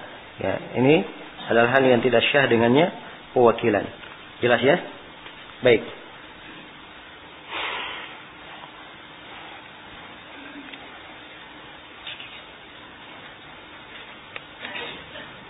Ya. Jadi kata beliau rahimahullah, yajuzu li jaiz at-tasarruf. Kemudian kata beliau, wa idza ba'a al-wakilu. Ya, ini beberapa ketentuan wakalah telah kita terangkan. Pembahasan ketiga, pembelian wakil untuk menjual lebih dari harga yang ditetapkan oleh pemilik. Wa idza ba'a al-wakilu bi ziyadatin ala ma rasamahu muwakkiluhu, kanat az-ziyadatu lil muwakkil. Ya, kalau si wakil dia menjual barang, ya, lebih daripada apa yang ditetapkan oleh si orang yang mewakilkan, maka ya lebihnya tersebut itu kembali kepada pemilik barang, yaitu kepada siapa? Kepada orang yang mewakilkan. Si A misalnya diwakilkan kepada si B untuk menjual barang. Jelas? Si A berkata ini barang, ya, kamu jual dengan harga berapa? Dengan harga 10.000. Ya. Maka si B dia jual barang tersebut dengan harga berapa? Ya, dengan harga 12.000. Maka 2.000-nya ini milik siapa? Si A. Ini kalau akadnya wakalah. Akadnya apa? Mewakilan. Sebab dia diwakilkan untuk menjual. Ya, beda kalau dia sifatnya dikatakan ini barang saya harganya berapa? Ya, 10.000. Ya, terserah kamu mau jual berapa. Ya, dari modalnya dari saya berapa? 10.000. Ini namanya bay al-murabahah, yang sepertinya tidak ada masalah. Tidak ada masalah. Ya, jadi karena itulah memperjelas akad itu penting. Seorang ketika dia dia masuk di dalam perdagangan, maka dia harus perjelas akadnya apa, supaya semuanya terang. Ya, semuanya terang. Jelas ya? Demikian pula kalau misalnya dia diwakilkan, ya, atau akan diterangkan di penjelasan yang ketiga. Nah, apabila seorang wakil mengarahkan pembeli kepada hal yang lebih bermanfaat, ya. Nah, dia misalnya begini, kata Syukani, wa idza khalafahu ila ma huwa anfa'u atau ila ghairihi wa radiya bihi sah. Dan apabila dia menyelisihi pada apa yang lebih bermanfaat, ya, atau kepada selainnya dan dia telah ridha, maka itu adalah apa? Adalah boleh. Itu adalah boleh. Nah, di sini misalnya pertama kita lihat dulu di dalam pembahasan yang kedua. Kita kembali kepada pembahasan yang kedua, tambahan tadi. Ya, telah syahid di dalam hadits yang diriwayatkan oleh Imam Al-Bukhari dari Urwa Al-Bariki. Ya, Nabi SAW berkata kepada Urwa Al-Bariki, ini 1 dinar. Ya, kamu pergi membeli kambing. Maka Urwa pun pergi membawa 1 dinar itu. Ya, perintah Nabi 1 dinar kamu pergi beli seekor kambing. Maka Urwa dengan 1 dinar ini dia membeli 2 ekor kambing. Ya. Kemudian 2 ekor kambing ini, ya, salah satunya dia jual lagi dengan 1 dinar. Ya, jelas ya? Jadi kembali modal 1 dinar dan dia sudah bawa pesan Nabi 1 ekor kambing. Nah, maka setelah itu dia pun datang kepada Nabi, dia bawa 1 ekor kambingnya dan dia bawa 1 dinarnya. Dia bawa 1 dinarnya. Ini wakil yang Masya Allah. Ya. Ya. Jadi perhatikan ya. Ini ada lebihnya 1 dinar. Dia tidak ambil langsung. Oh, ini saya sendiri yang untung. Ya. Masuk kantong saya enggak. Ya, tapi dia kembalikan kemana? Ke Nabi. Sebab dia hanya sebagai wakil. Dan dia di sini berbuat, dia lihat sesuatu lebih bermanfaat. Ya, dia ambil ijtihad bermanfaat. Dan ini tidak menyelisihi amanahnya dia sebagai Sebagai wakil. Sebab memang asalnya diberikan uang 1 dinar, diwakilkan untuk membeli seekor kambing dengan 1 dinar ini. Begitu dia beli 2 kambing, dia jual lagi satunya dengan harga 1 dinar, maka ini tidak menyelisih apa? Tidak menyelisihi ketentuan akad dengan orang yang mewakilkannya. Jelas ya? Maka tapi begitu ada keuntungan, dia kembalikan kepada siapa? Kepada si pemiliknya. Dia tidak ambil, maka dikembalikan kepada Nabi sallallahu alaihi wasallam. Ya, Nabi pun mendoakan berkah untuk beliau. Ya, maka Nabi mendoakan berkah untuk siapa? Urwal Bariki. Maka subhanallah sebutkan dalam hadis, "Fakana law ishtarat tarab ya la rabiha fihi." Maka dia pun setelah itu ya, kalau dia beli apa saja dia beruntung. Sampai dikatakan kalau dia beli tanah saja, ya dia beli debu, dia jual pasti beruntung dia. Ya. Nah. Iya. Baik. Jadi ini menunjukkan bahwa wakil itu dia boleh berbuat sesuatu yang di dalamnya ada kemaslahatan bagi orang yang mewakilkannya. Ya, baik ya. Kemudian kadang dia boleh menyelisihinya pada apa yang lebih bermanfaat. Ya.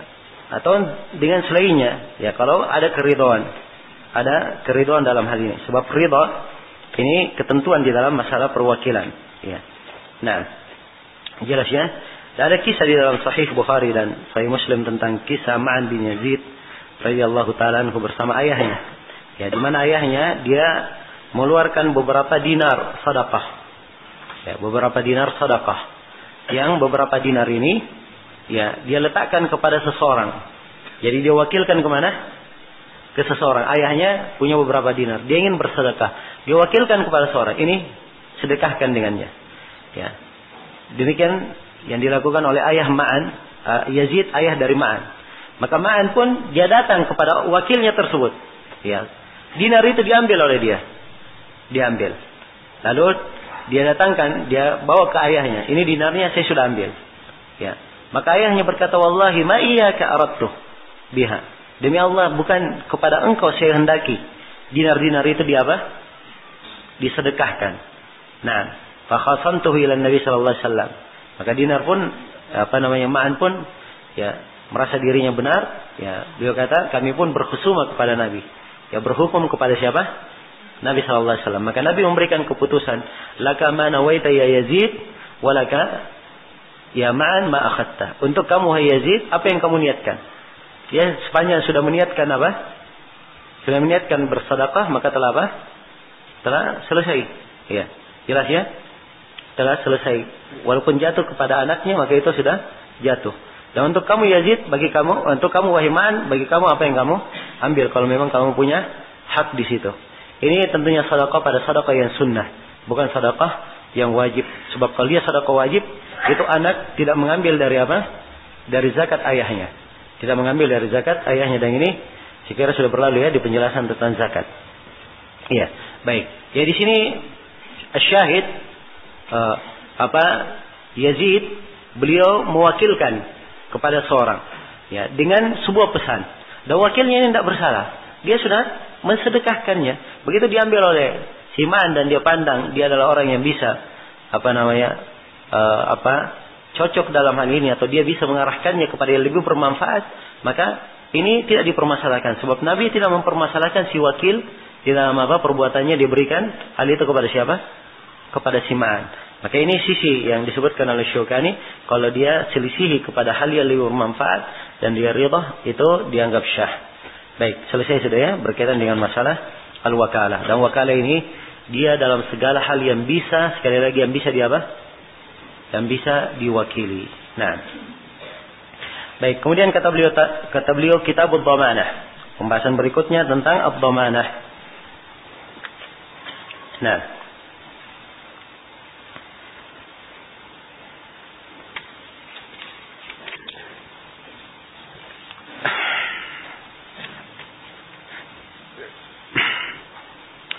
Nah, ad-dhamanah itu dari kata tadammun yang bermana atau dari kata ad-dhaman yang bermana dia menjamin. Ya, menjamin. Ya. Dia memberikan jaminan. Ya. Ya. Dan di dalam masalah akar bahasanya ini ada perbedaannya di dalam manainya. Mungkin agak agak rumit sedikit kalau saya terangkan, tapi kita masuk aja dari mana istilah supaya agak lebih mudah dipahami. Ya, secara umum bahwa dhamana itu adalah iltizamu ma wajaba ala ghairihi ma baqaihi ala matmunin anhu. Waltizam ma qad yajibu aidan. Ya.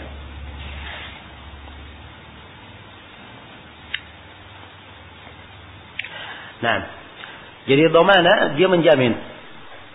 Ya. Dia iltizam, dia komitmen apa yang wajib atas lainnya untuk dia tunaikan, dia komitmen, dia menanggungnya atau dia menjaminnya, orang itu akan apa? Akan membayarnya. Ya, kalau dia tidak membayar maka dia apa? Dia tanggung orang tersebut yang akan membayarnya. Ya, jelas ya? Ini dhamana. Ya. Jadi seorang kalau misalnya berhutang, ya, lalu ada yang menjamin, ya, lalu ada yang menjamin bahwa si menjamin dia apa? Dia membayarnya, ya. Kalau dia tidak membayarnya, maka si penjamin tersebut yang akan apa? Yang akan membayarkan. Si penjamin tersebut yang akan membayarkannya. Baik. Dan dhamana ini adalah hal yang boleh. Ya. Bolehnya diterangkan dalam Al-Quran dan dalam Sunnah dan kesepakatan para ulama. Ya, tentang bolehnya. Dari Al-Quran adalah firman Allah Subhanahu Wa Taala di kisah Nabi Yusuf. Waliman ja'a bihi himlu ba'irin wa ana bihi za'im. Dan bagi siapa yang mendapatkannya dia akan mendapat. Bagi siapa yang mendatangkan orang yang mencuri itu, akan diberikan satu himlu ba'ir.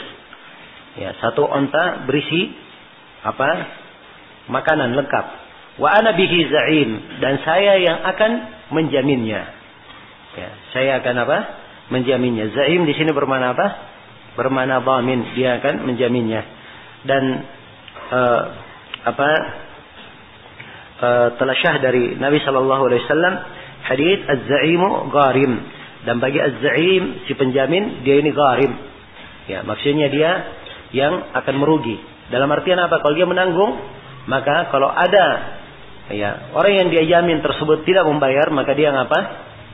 Dia akan menanggungnya. Dan ini hadits dikuatkan oleh Syekh Al-Albani rahimahullahu taala dari seluruh jalan-jalannya.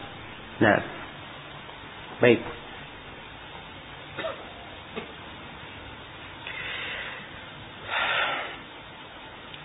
Ya, dan dari syariat dhamana ini juga, ya, di dalam hadits yang diriwayatkan oleh Imam Al-Bukhari dari Salamah bin Aqwa, Nabi sallallahu alaihi wasallam beliau tidak mau mensolati orang yang mempunyai hutang. Ya, maka Abu Qatadah berkata, "Shalli alaihi ya Rasulullah wa alayya dainuhu." Ya, dia berkata, "Ya Rasulullah, salatilah dia, dan saya yang menjamin menjamin hutangnya." Ya, maka Nabi pun mensolatinya. Di sini dhamana dijamin oleh siapa? Dijamin oleh Abu Qatadah. Ya. Radhiyallahu ta'ala anhu. Nah, maka dia adalah hal yang dari sisi syariat adalah perkara yang disyariatkan dan sepakat para ulama tentang bolehnya ad-dhamanah secara umum. Iya. Dan dia adalah transaksi yang membawa kemaslahatan dan kadang ada hajat seorang di dalamnya. Dan ini min bab at-ta'awun 'alal birri wat taqwa.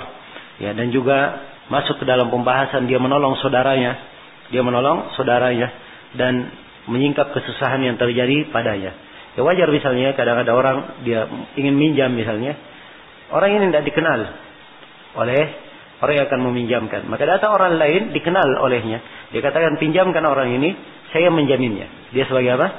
Sebagai dhamana. Ini sama dengan dengan rahan, dengan semisal dengannya. Ini semuanya dari akad-akad yang sifatnya taufiqat. Ya, yang memperkuat bahwa hutang itu akan akan dikembalikan. Ya, disyaratkan bagi orang yang menjamin ini dia jaiz at-tasarruf. Boleh untuk tasarruf. Jaiz dia tasarrufnya. Ya, jadi jangan asal sembarangan saja. Saya menjamin, ya. Saya menjamin, tapi hanya apa? Ya. Hanya pahlawan kesiangan saja. Ya. Menjamin tapi sebenarnya dia tidak punya kemampuan untuk hal tersebut, atau dia sendiri yang akan dia melihat mungkin dia tidak mempertimbangkan akibat atau ini, hanya sekedar masuk saja. Maka ini ghair jaiz tasarruf. Maka disyaratkan dia dari jaiz tasarruf. Ya, dia bukan anak kecil, bukan pula orang yang safih, ya. Dan dia ridha, ya. Kemudian di dalam dhamana ini disyaratkan dia harus Dia harus ridha, ya. Orang yang menjamin ini dia ridha dengan hal tersebut. Kalau dia dipaksa untuk menjamin, maka ini tidak syah. Ya, kalau dia dipaksa. Ya, sebab ini kaitannya dengan tabarruk. Ya, setelah saya terangkan ya bahwa akad yang seperti ini akad apa? Sifatnya tabarruk, kedermawanan. Dia menjamin ini kedermawanan darinya. Kan begitu? Menjamin itu kedermawanan darinya. Maka kalau kedermawanan disyaratkan dia harus apa? Ridha. Tidak boleh seorang berbuat dermawan setelah apa? Dia dipaksa. Itu tidak ridha namanya. Dan ini tidak diperbolehkan. Iya. Dan hendaknya diingat di sini dalam dhamanah, kalau dia menjamin orang, ya dia menjamin orang untuk sesuatu, dia tidak boleh mengambil apa? Dia tidak boleh mengambil bayaran. Dia tidak boleh apa? Mengambil bayaran. So, kalau dia mengambil bayaran, dia masuk ke dalam kaidah kullu qardin yajurru naf'an fahuwa riba. Setiap pinjaman yang diambil darinya manfaat, maka itu adalah riba. Kenapa dianggap seperti itu? Sekarang saya menjamin si A untuk ambil uang dari si B.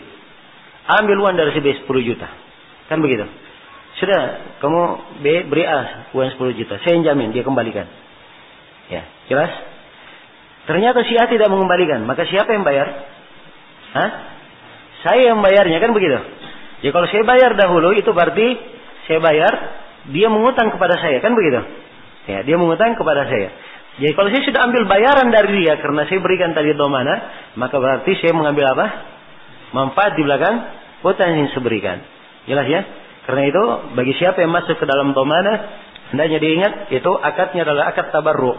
Ya, kedermawanan untuk orang. Tidak boleh dia mengambil apa? Tidak boleh dia mengambil imbalan di belakangnya. Ya. Nah, dan dhamanah ini boleh dengan kata saya menjamin atau saya yang bertanggung jawab. Ya, atau kalimat-kalimat yang semisal dengan itu. Jelas ya? Dan apabila si penjamin atau si pemilik harta menuntut, pemilik hak menuntut, maka dia boleh mendatangi siapa? Mendatangi orang yang dijamin dan boleh dia datangi orang yang apa? Orang yang menjaminnya. Tapi harus diingat bahwa asalnya itu adalah tanggung jawabnya siapa? Orang yang dijamin. Dia dulu yang dituntut. Kalau dia sudah tidak ini, maka barulah datang kepada siapa? Yang menjamin. Yang menjaminnya, yang menyelesaikannya. Yang menjaminnya adalah yang menyelesaikannya. Jelas ya? Nah, ya. Dan ini pendapat yang terkuat insyaallah taala bahwa ya asalnya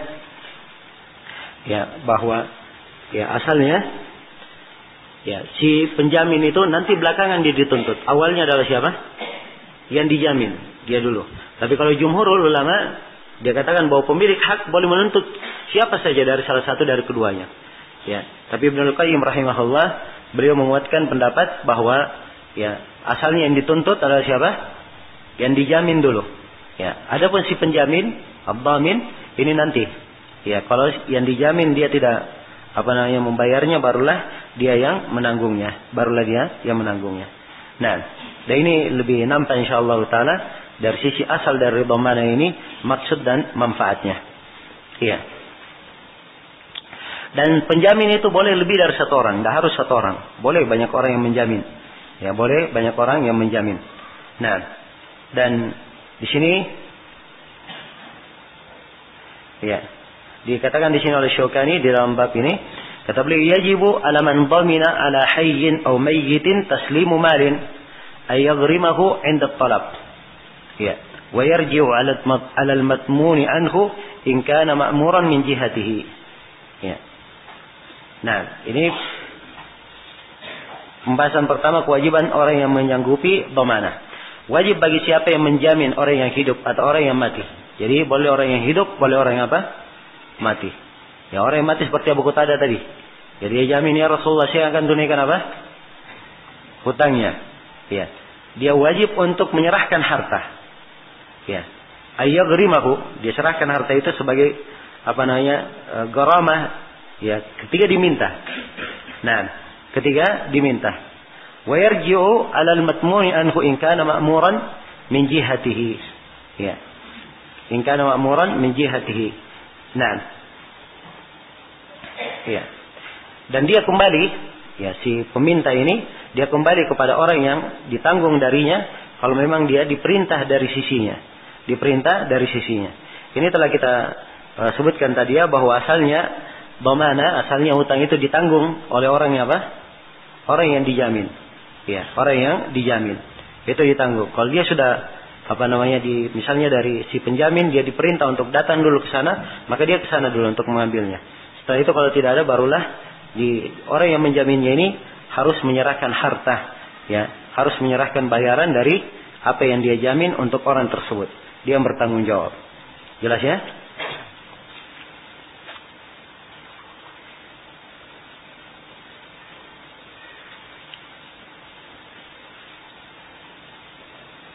Ya.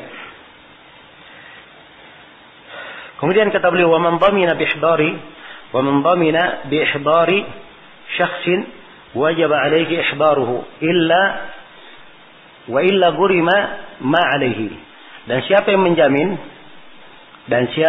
menjamin ya, untuk mendatangkan seseorang, maka dia wajib untuk mendatangkannya. Wajib untuk apa? Mendatangkannya. Ya. Kalau tidak, maka dia pun diberikan gharamah terhadapnya. Nah, sekarang misalnya ada orang yang menjamin. Ini orang, ya, misalnya saya akan menjamin untuk mendatangkannya.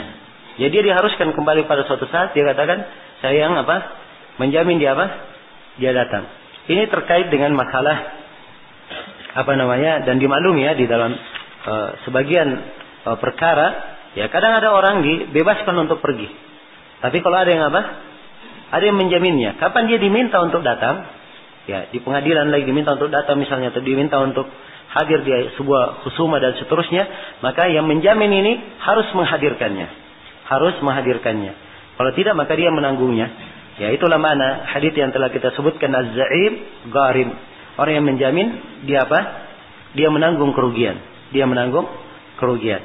Nah, baik. Selesai sudah ya pembahasan yang berkaitan dengan masalah Masalah dhamana.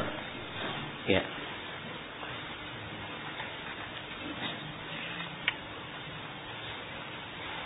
Ya. Kemudian kata beliau rahimahullahu taala dalam pembahasan berikutnya, kata beliau kitabus sulh. Kitab as-sulh. Ya, sulh secara bahasa adalah qat'ul munazah. Ya, memutuskan memutuskan perselisihan. Ya, kalau ada perselisihan, dia putuskan. Ya, inilah sulh. Ini disebut dengan as-sulh. Ya. Secara bahasa dan secara istilah, dia adalah mu'aqadatun yatawassalu biha ila islahin baina mutakhasimain. Dia adalah sebuah akad yang dengannya ya bisa mengantar untuk memperbaiki antara dua orang yang bertikai. Ini disebut apa? Disebut as-sulh. Jadi kitab as-sulh adalah kitab tentang mendamaikan. Ya begitu kalau dikatakan mendamaikan. Ini dhamana, menjamin. Ya, ini sudah banyak ya ada datang rahan menjamin. Ya telah berlalu bersama kita. Ya kalimat menjamin ini perlu didetailkan apa makna kata jaminan. Ya menjamin. Ya dan dhamana dari sisi rahan kan gadaian ya. Kalau ini dia menjamin untuk datang. Jadi saya kira dari istilah itu sudah dipahami. Walaupun misalnya dalam bahasa Indonesia kata-katanya agak mirip, ya, tapi yang menjadi ibrah adalah adalah makna dari pembahasan. Itu sebenarnya yang perlu dipahami dalam fikih. Ya. Sebab kalau digunakan istilah-istilah dia mirip istilahnya, maka istilah itu tidak berpengaruh dia mirip atau tidak. Yang penting maknanya. Ini arahnya kemana? Ini kaitannya apa? Dan ini di posisi apa digunakan. Ya, itu yang paling penting. Baik. Jadi ini yang dimaksud dengan kata as-sulh. Ya, dia adalah sebuah upaya, sebuah akad yang dengannya bisa mendamaikan antara dua orang yang berselisih. Dan as-sulh ini adalah hal yang disyariatkan. Ya, pensyariatannya di dalam Al-Quran, di dalam sunnah Nabi Sallallahu Alaihi Wasallam, dan disepakati oleh para ulama. Adapun dari Al-Quran, Allah Subhanahu wa taala berfirman, "Was-sulhu khair." Ya, dan sulh itu, perdamaian itu lebih baik. As-sulh lebih lebih baik. Ya, dan di dalam Al-Quran juga dikatakan, "Wa in ta'ifatani minal mu'minina iqtatalu fa aslihu bainahuma." Apabila ada dua kelompok dari kaum mukminin berselisih, maka aflihu, adakan suluh antara keduanya. Adakan suluh antara keduanya. Jelas ya? Dan dia adalah hal yang sangat dianjurkan. Ya, Allah berfirman, la khaira fi katsirin min najwahum illa man amara bis sadaqatin aw ma'rufin aw islahum bainan nas. Tidak ada kebaikan dari kebanyakan pembicaraan mereka, bisik-bisik mereka, kecuali siapa yang memerintah dengan sedekah atau memerintah dengan hal yang ma'ruf, atau dia memerintah untuk mengislah, memperbaiki antara apa? Antara manusia. Dan dari hadis Nabi sallallahu alaihi wasallam, Rasulullah sallallahu alaihi wasallam bersabda dalam hadis Amr bin Auf, diriwayatkan oleh Abu Daud, Ibnu Majah, Tirmidzi dan selainnya, beliau bersabda, "Sulhu jaizun bainal muslimin illa sulhan harrama halalan wa ahalla haraman." Ya, suluh itu boleh antara kaum muslimin, kecuali suluh yang mengharamkan yang halal atau menghalalkan apa? Yang haram. Nah, inilah yang diucapkan oleh Asy-Syaukani di sini, wa huwa jaizun bainal muslimin. Bahwa suluh itu apa? Hukumnya jaiz. Dan jaiznya sebagaimana diambil dari nas hadits dan ayat-ayat Al-Qur'an. Dan para ulama sepakat tentang disyariatkannya suluh ini. Kecuali ya jaiz bainal muslimin, boleh antara kaum muslimin. Ya, kecuali sulhan, ya, kecuali pendamaian yang menghalalkan apa yang haram atau mengharamkan apa yang halal. Ini diharamkan, yang seperti ini tidak diperbolehkan. Jelas ya? Jadi kalau dia mendamaikan pendamaian yang tidak bertentangan dengan syariat. Ya, kalau bertentangan dengan syariat, menghalalkan apa yang haram dan mengharamkan apa yang halal, maka ini tidak diperbolehkan. Tidak diperbolehkan. Jelas ya? Nah, maka dari sini harus diketahui bahwa orang yang melakukan suluh itu, dia harus mengerti keadaan. Ya, dia harus mengerti keadaan, harus mengerti apa yang paling maslahat. Ya, harus mengerti apa yang paling maslahat. Nah, jangan sampai dia mendamaikan sesuatu, tapi dia menimbulkan apa? Ya, menimbulkan hal yang haram atau menghalalkan hal yang haram atau mengharamkan hal yang halal. Ya. Dan suluh ini dia boleh pada banyak hal. Nah, secara umum suluh ini bisa mencakup 5 perkara. Bisa mencakup 5 perkara. Pendamaian. Yang pertama, pendamaian antara kaum muslimin dengan orang-orang kafir harbi. Ya. Ini pembahasannya lebih cocok di pembahasan jihad. Ya. Kemudian suluh yang kedua, perdamaian yang kedua atau pendamaian yang kedua adalah suluh bain ahli al-adl wa ahli al-baghi minal muslimin. Suluh antara orang yang adil dan orang yang melampaui batas dari kaum muslimin. Jadi kalau misalnya ada yang melakukan pemberontakan terhadap penguasa, maka ya, dan si pemberontak misalnya minta untuk damai, maka boleh untuk didamaikan. Jelas ya? Boleh ada suluh. Kemudian bentuk yang ketiga, nah ini suluh antara yang bentuk kedua ini juga, ini masuk di dalam bab kitab Ahlul Bughah. Di situ pembahasannya. Yaitu juga masuk dalam rangkaian pembahasan jihad. Ya, kemudian yang ketiga, suluh pendamaian antara dua suami istri yang khawatir berpisah. Ya, maka ini boleh didamaikan antara apa? Antara keduanya. Jadi ini pembahasannya di bab nikah. Ya. Kemudian ada suluh yang lain, suluh jenis yang ketiga, mendamaikan antara dua yang berselisih pada selain harta. Dia berselisih pada apa? Selain harta. Ya, di dalam bertetangga misalnya, atau dalam pertikaian antara anak-anaknya misalnya, atau antara di dalam pekerjaan misalnya, ataupun yang lainnya. Yang jelas pada selain apa? Selain harta. Kemudian yang kelima adalah suluh di dalam harta. Apa yang bertikai di dalam apa? Bila terjadi pertikaian di dalam harta. Ini 5 bentuk suluh. Karena itu suluh ada pembahasannya di bab jihad, ada pembahasannya di bab nikah, ada pembahasannya di bab apa? Ya, di bab tentang muamalat, ya, tentang perdagangan. Ya, dan ada suluh. Ada suluh yang pembahasannya di apa? Ya, pembahasannya di pembahasan yang berkaitan dengan hak-hak, berkaitan dengan hukuk. Ya, akan datang ya pada selain harta, contohnya misalnya seorang telah ditetapkan hukum qisas padanya. Ya, dia membunuh, maka keluarganya menuntut diqisas. Ya. Kalau tidak qisas maka dengan bayar dia. Dianya ditetapkan, maka dia ini bisa suluh. Bisa ada perdamaian antara kedua belah pihak berapa? dia yang apa? Yang dibayar. Jelasnya berapa dia yang dibayar. Itu tidak ada masalah. Tapi kalau suluh dalam penentuan hukum had, ini tidak ada suluh sama sekali. Ya. Ini orang dijatuhkan hukum mati. Oh, kita damai aja. Ya, batalkan hukum matinya. Turunkan aja jadi hukum cambuk. Ini tidak ada perdamaian dalam bentuk seperti ini. Sebab itu hudud. Ya, hudud itu semuanya dengan batasan. Ya, kapan terjadi sesuai dengan ketentuan-ketentuannya dan pelanggaran-pelanggaran yang dia lakukan, maka harus dijatuhkan hukum itu sebagaimana adanya ketentuan-ketentuan itu. Ya, tidak boleh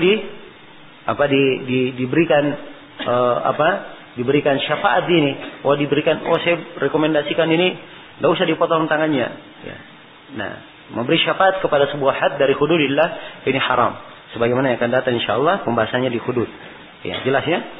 Baik. Jadi ini pembahasan berkaitan dengan masalah as-sulh. Jadi Asy-Syaukani rahimahullahu taala secara umum beliau menjelaskan bahwa sulh itu boleh antara kaum muslimin. Hukumnya boleh.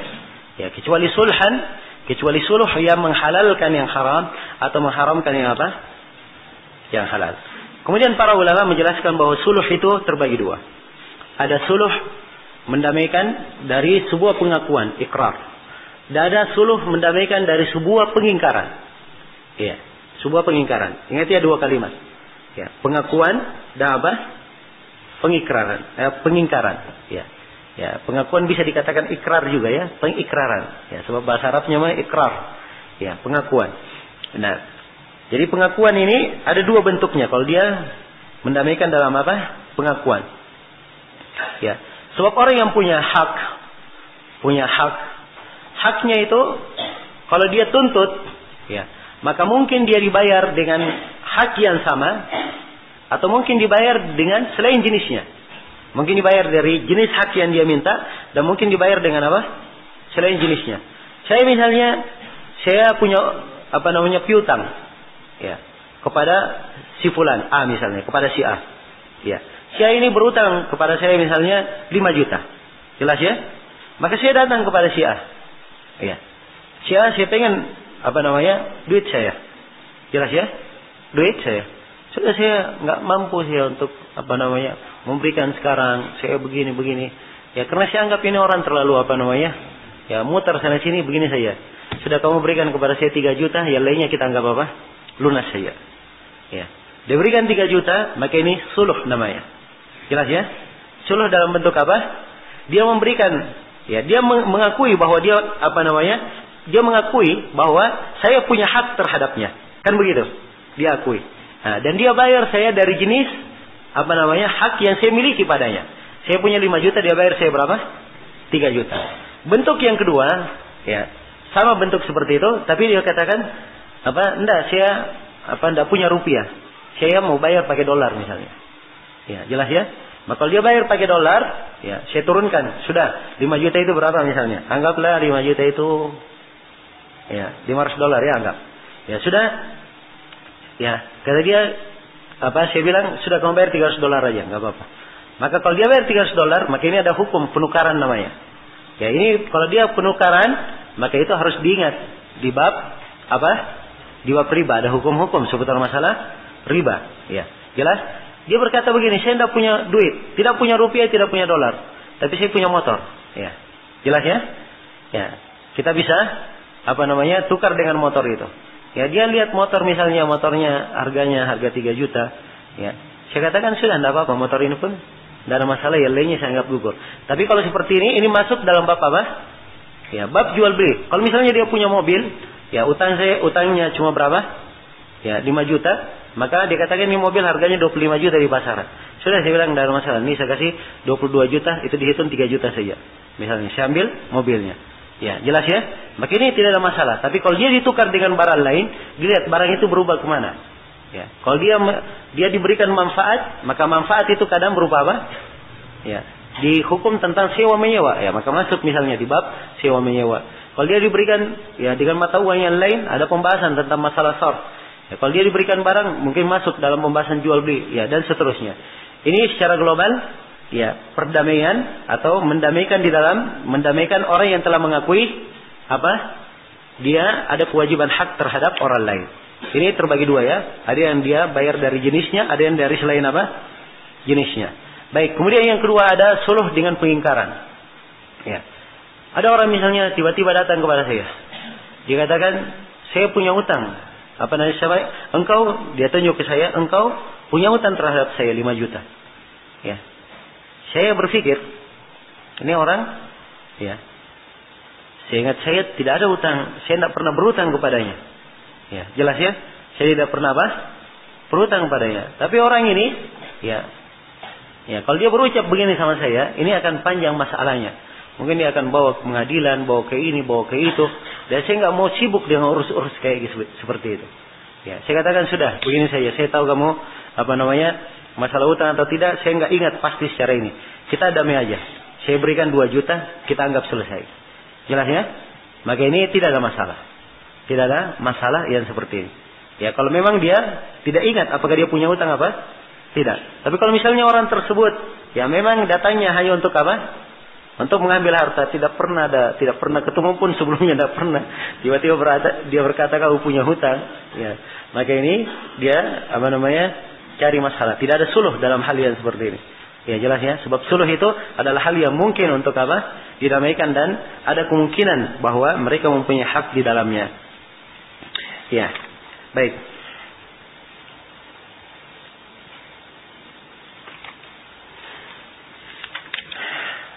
Kemudian kata Syaukani rahimahullahu taala, kata beliau, jadi sudah ya syariat suluh sudah kita terangkan, ketentuan pembolehannya suluh sudah kita terangkan. Yang penting tidak ada pengharaman terhadap hal yang halal, tidak ada penghalalan terhadap apa? Hal yang haram. Kemudian apakah suluh diharuskan pada sesuatu yang jelas? Ini pembahasan Asy-Syaukani sekarang. Kata beliau, wa yajuzu anil ma'lumi wal majhul, bi ma'lumin wa majhul. Jadi suluh itu boleh dengan sesuatu yang dimaklumi, dengan hal yang dimaklumi. Ya, misalnya sesuatu yang dimaklumi. Ya, jelas? Kamu punya utang pada saya berapa? 5 juta. Sudah kita suluh saja dibayar berapa? 3 juta misalnya. Ini dimaklumi, sama-sama dimaklumi. Ya. Dan bisa sesuatu yang dimaklumi dibayar dengan apa? Dengan yang majhul, tidak begitu jelas.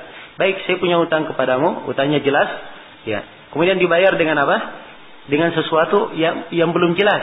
Apakah sesuatu ini bisa mencukupinya atau tidak? Bisa mencukupinya atau tidak? Dan Imam Syaukani rahimahullahu taala di sini beliau berdalilkan ya, dengan hadits Jabir radhiyallahu taala anhu riwayat Al-Bukhari. Ya. Di mana ayah Jabir ya radhiyallahu taala anhu yang ketika beliau mati syahid di perang Uhud, ya, ayah Jabir punya hutang. Maka para penagihnya datang meminta haknya dan mereka mendesak untuk diberikan. Maka Jabir pun mendatangi mereka, ya, atau mendatangi Nabi SAW. Ya, kemudian Nabi meminta kepada orang-orang yang para pemilik piutang ini, mereka diminta oleh Nabi supaya menerima korma dari kebun Jabir. Ya, jadi katanya kalian hutang-hutang kalian itu dibayar dengan apa? Hasil korma dari kebun Jabir. Jelas? Dan mereka menghalalkan apa? Menghalalkan ayahnya. Nah, tapi subhanallah mereka tidak mau. Tetap saya ingin apa? Ingin ya, semuanya lengkap. Maka Nabi sallallahu alaihi wasallam waktu itu tidak memberikannya. Ya, sebab kebun tidak jelas. Apakah kebun ini cukup membayar atau tidak? Jelas ya? Ya, jadi mereka punya hutang-hutang yang jelas. Maka Nabi berkata, kalian saya berikan korma di kebun. Ya, dari hasil korma itu untuk membayar hutang. Maka ini mungkin cukup, mungkin apa? Mungkin tidak. Maka ini lihat ya suluhnya. Hutangnya jelas dibayar dengan sesuatu yang apa? Masih majhul. Ya, ini sisi pendalilannya. Ya, kelanjutan dari kisah, maka Nabi SAW berkata, kami akan mendatangi engkau. Maka datanglah Nabi SAW dan di pagi hari beliau datang, kemudian beliau keliling di pohon korma itu dan mendoakan berkah. Lalu kormanya pun diturunkan. Ya, ternyata setelah dihitung, ya, ternyata bisa untuk membayar seluruh hutang-hutang tersebut dan masih tersisa lagi kormanya. Ya, masih tersisa dari korma tersebut. Jelas ya? Jadi ini hadis kita lihat kepada asalnya bahwa Nabi sudah ingin membayar dengan korma dengan kebun Jabir yang berisi korma, dan ini belum jelas. Maka di sini membayar ada suluh antara yang jelas dengan dibayar dengan sesuatu apa? Yang belum jelas. Ya. Jelas ya? Kemudian ya berikutnya boleh yang majhul dibayar dengan apa? Dengan hal yang maklum. Ini boleh saja. Ya ini sebaliknya ya. Bisa diberikan contoh saja. Misalnya apa namanya? Sesuatu yang majhul. Tidak diketahui berapa dari hutangnya. Sudah dikatakan baik. Hutang kamu itu ya kita bayar setengahnya saja. Langsung disebut. Jadi maklum setengahnya di apa? Dibayar. Jadi dia lihat saja hutangnya berapa, setelah pasti akan tahu, maka dihitung saja setengahnya, tidak ada masalah. Ya jelas sampai sini? Baik. Kemudian kata beliau, ya ini pembahasan yang keempat, pembolehan suluh berkaitan dengan darah. Ya kata beliau, aniddam bil mali bi aqal minad diya atau aktsar. Ya. Nah. Ya, kata beliau, dan tentang harta, ya. Dan tentang darah itu boleh dengan suluh dengan harta, walaupun lebih sedikit daripada dia, terlebih banyak. Dan ini sudah kita terangkan ya bahwa kalau misalnya ada orang yang dituntut dia, ya dia misalnya memotong jari seseorang, maka dia bayar dia. Atau dia misalnya membunuh seseorang, ya dia tidak dituntut kisos, tapi disuruh bayar dia. Maka boleh saja ada suluh di dalam hal tersebut, dia diberikan keringanan. Kalau dia tidak mampu membayar seluruhnya, boleh diberikan keringanan. Keringanan ini yang disebut dengan nama apa? Masuk dalam nama as-suluh. Dan dia dicakup oleh dalil-dalil umum yang menjelaskan tentang disyariatkannya suluh.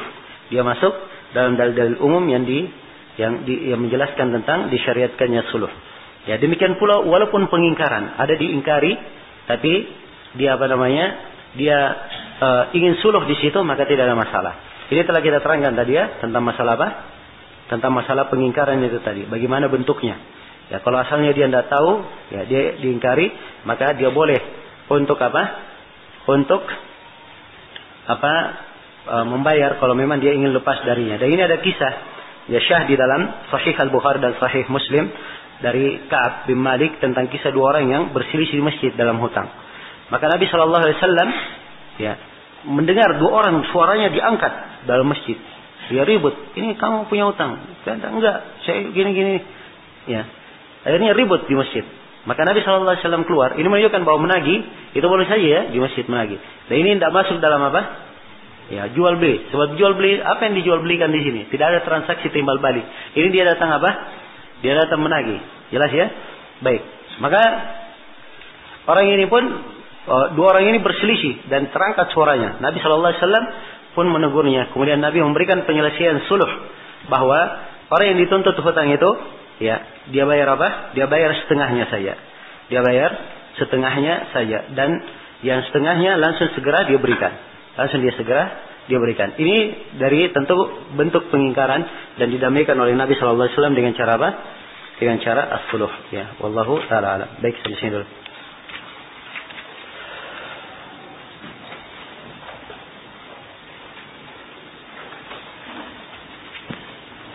Ya, subhanakallahumma wa bihamdik, asyhadu an la ilaha illa anta, astaghfiruka wa atubu ilaik, walhamdulillahi rabbil alamin.